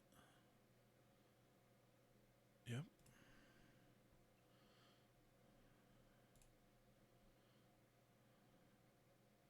Still get to win the power challenge here. Do we care about drawing a card here, or do we want to defend our own power challenge? I guess it doesn't I think matter we 'cause probably we've got Castle Black. So, like, what's the worst that could happen? We don't care about the intrigue. We probably want to defend the military. Yeah. Since they're not Valoring. So we probably want to hold back for the power challenge. Yeah, but do we want to push our own power challenge too? Absolutely we do. Yeah. Okay. Yeah. With our renowned guy. Yeah. I mean, they could have Incinerate. Yeah, I mean, yeah, absolutely. We're not playing around that at this point, I don't think. Yeah. I mean, we can't, right? Like, if they have it, they have it. We can't play around it. That Shadow of the East is back in their hand, though. Mm-hmm. I think it was probably incorrect to milk. Just because it gave them a Danny trigger. And I suspected that's what it was.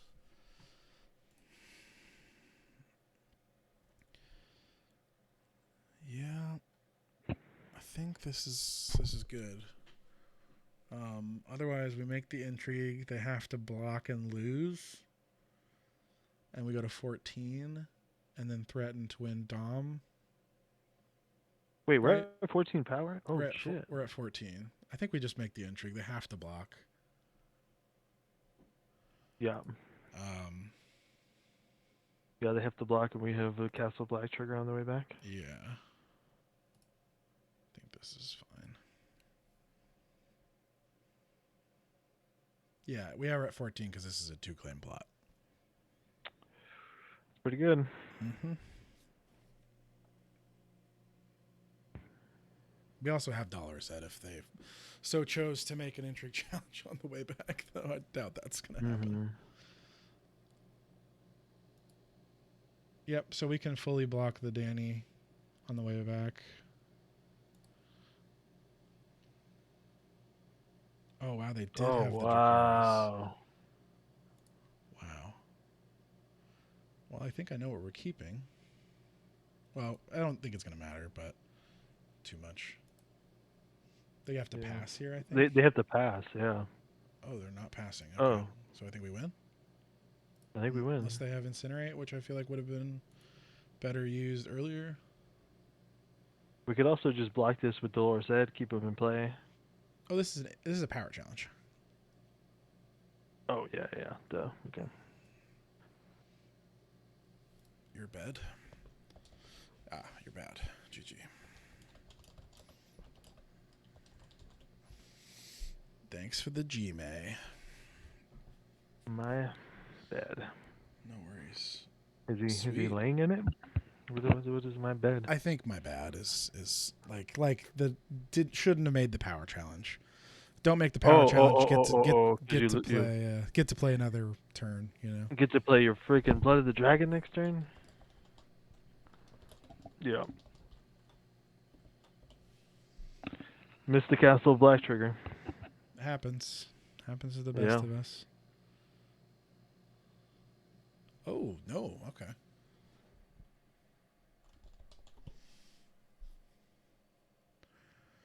Well, this was a pretty fun introductory experience into this little segment. I guess we'll probably do semi-regularly. Yeah, hopefully. Yeah, for sure. I think I'm going to call it on 2 games though, but yeah, hopefully the listeners liked this, and obviously we enjoyed the feedback from our reunion episode. And we look forward to hearing what everybody thinks about this. And yeah, you got any closing thoughts, Alejandro? Nobody's listening this far, man. Ooh. If you're listening this far, say so in the YouTube chat there, just to prove Alejandro wrong, please. But that's probably a fair assumption. So thanks everybody for listening and watching, more importantly. And yeah, we'll see you next time, or yeah. On the next episode of Zero Reserve. Yeah.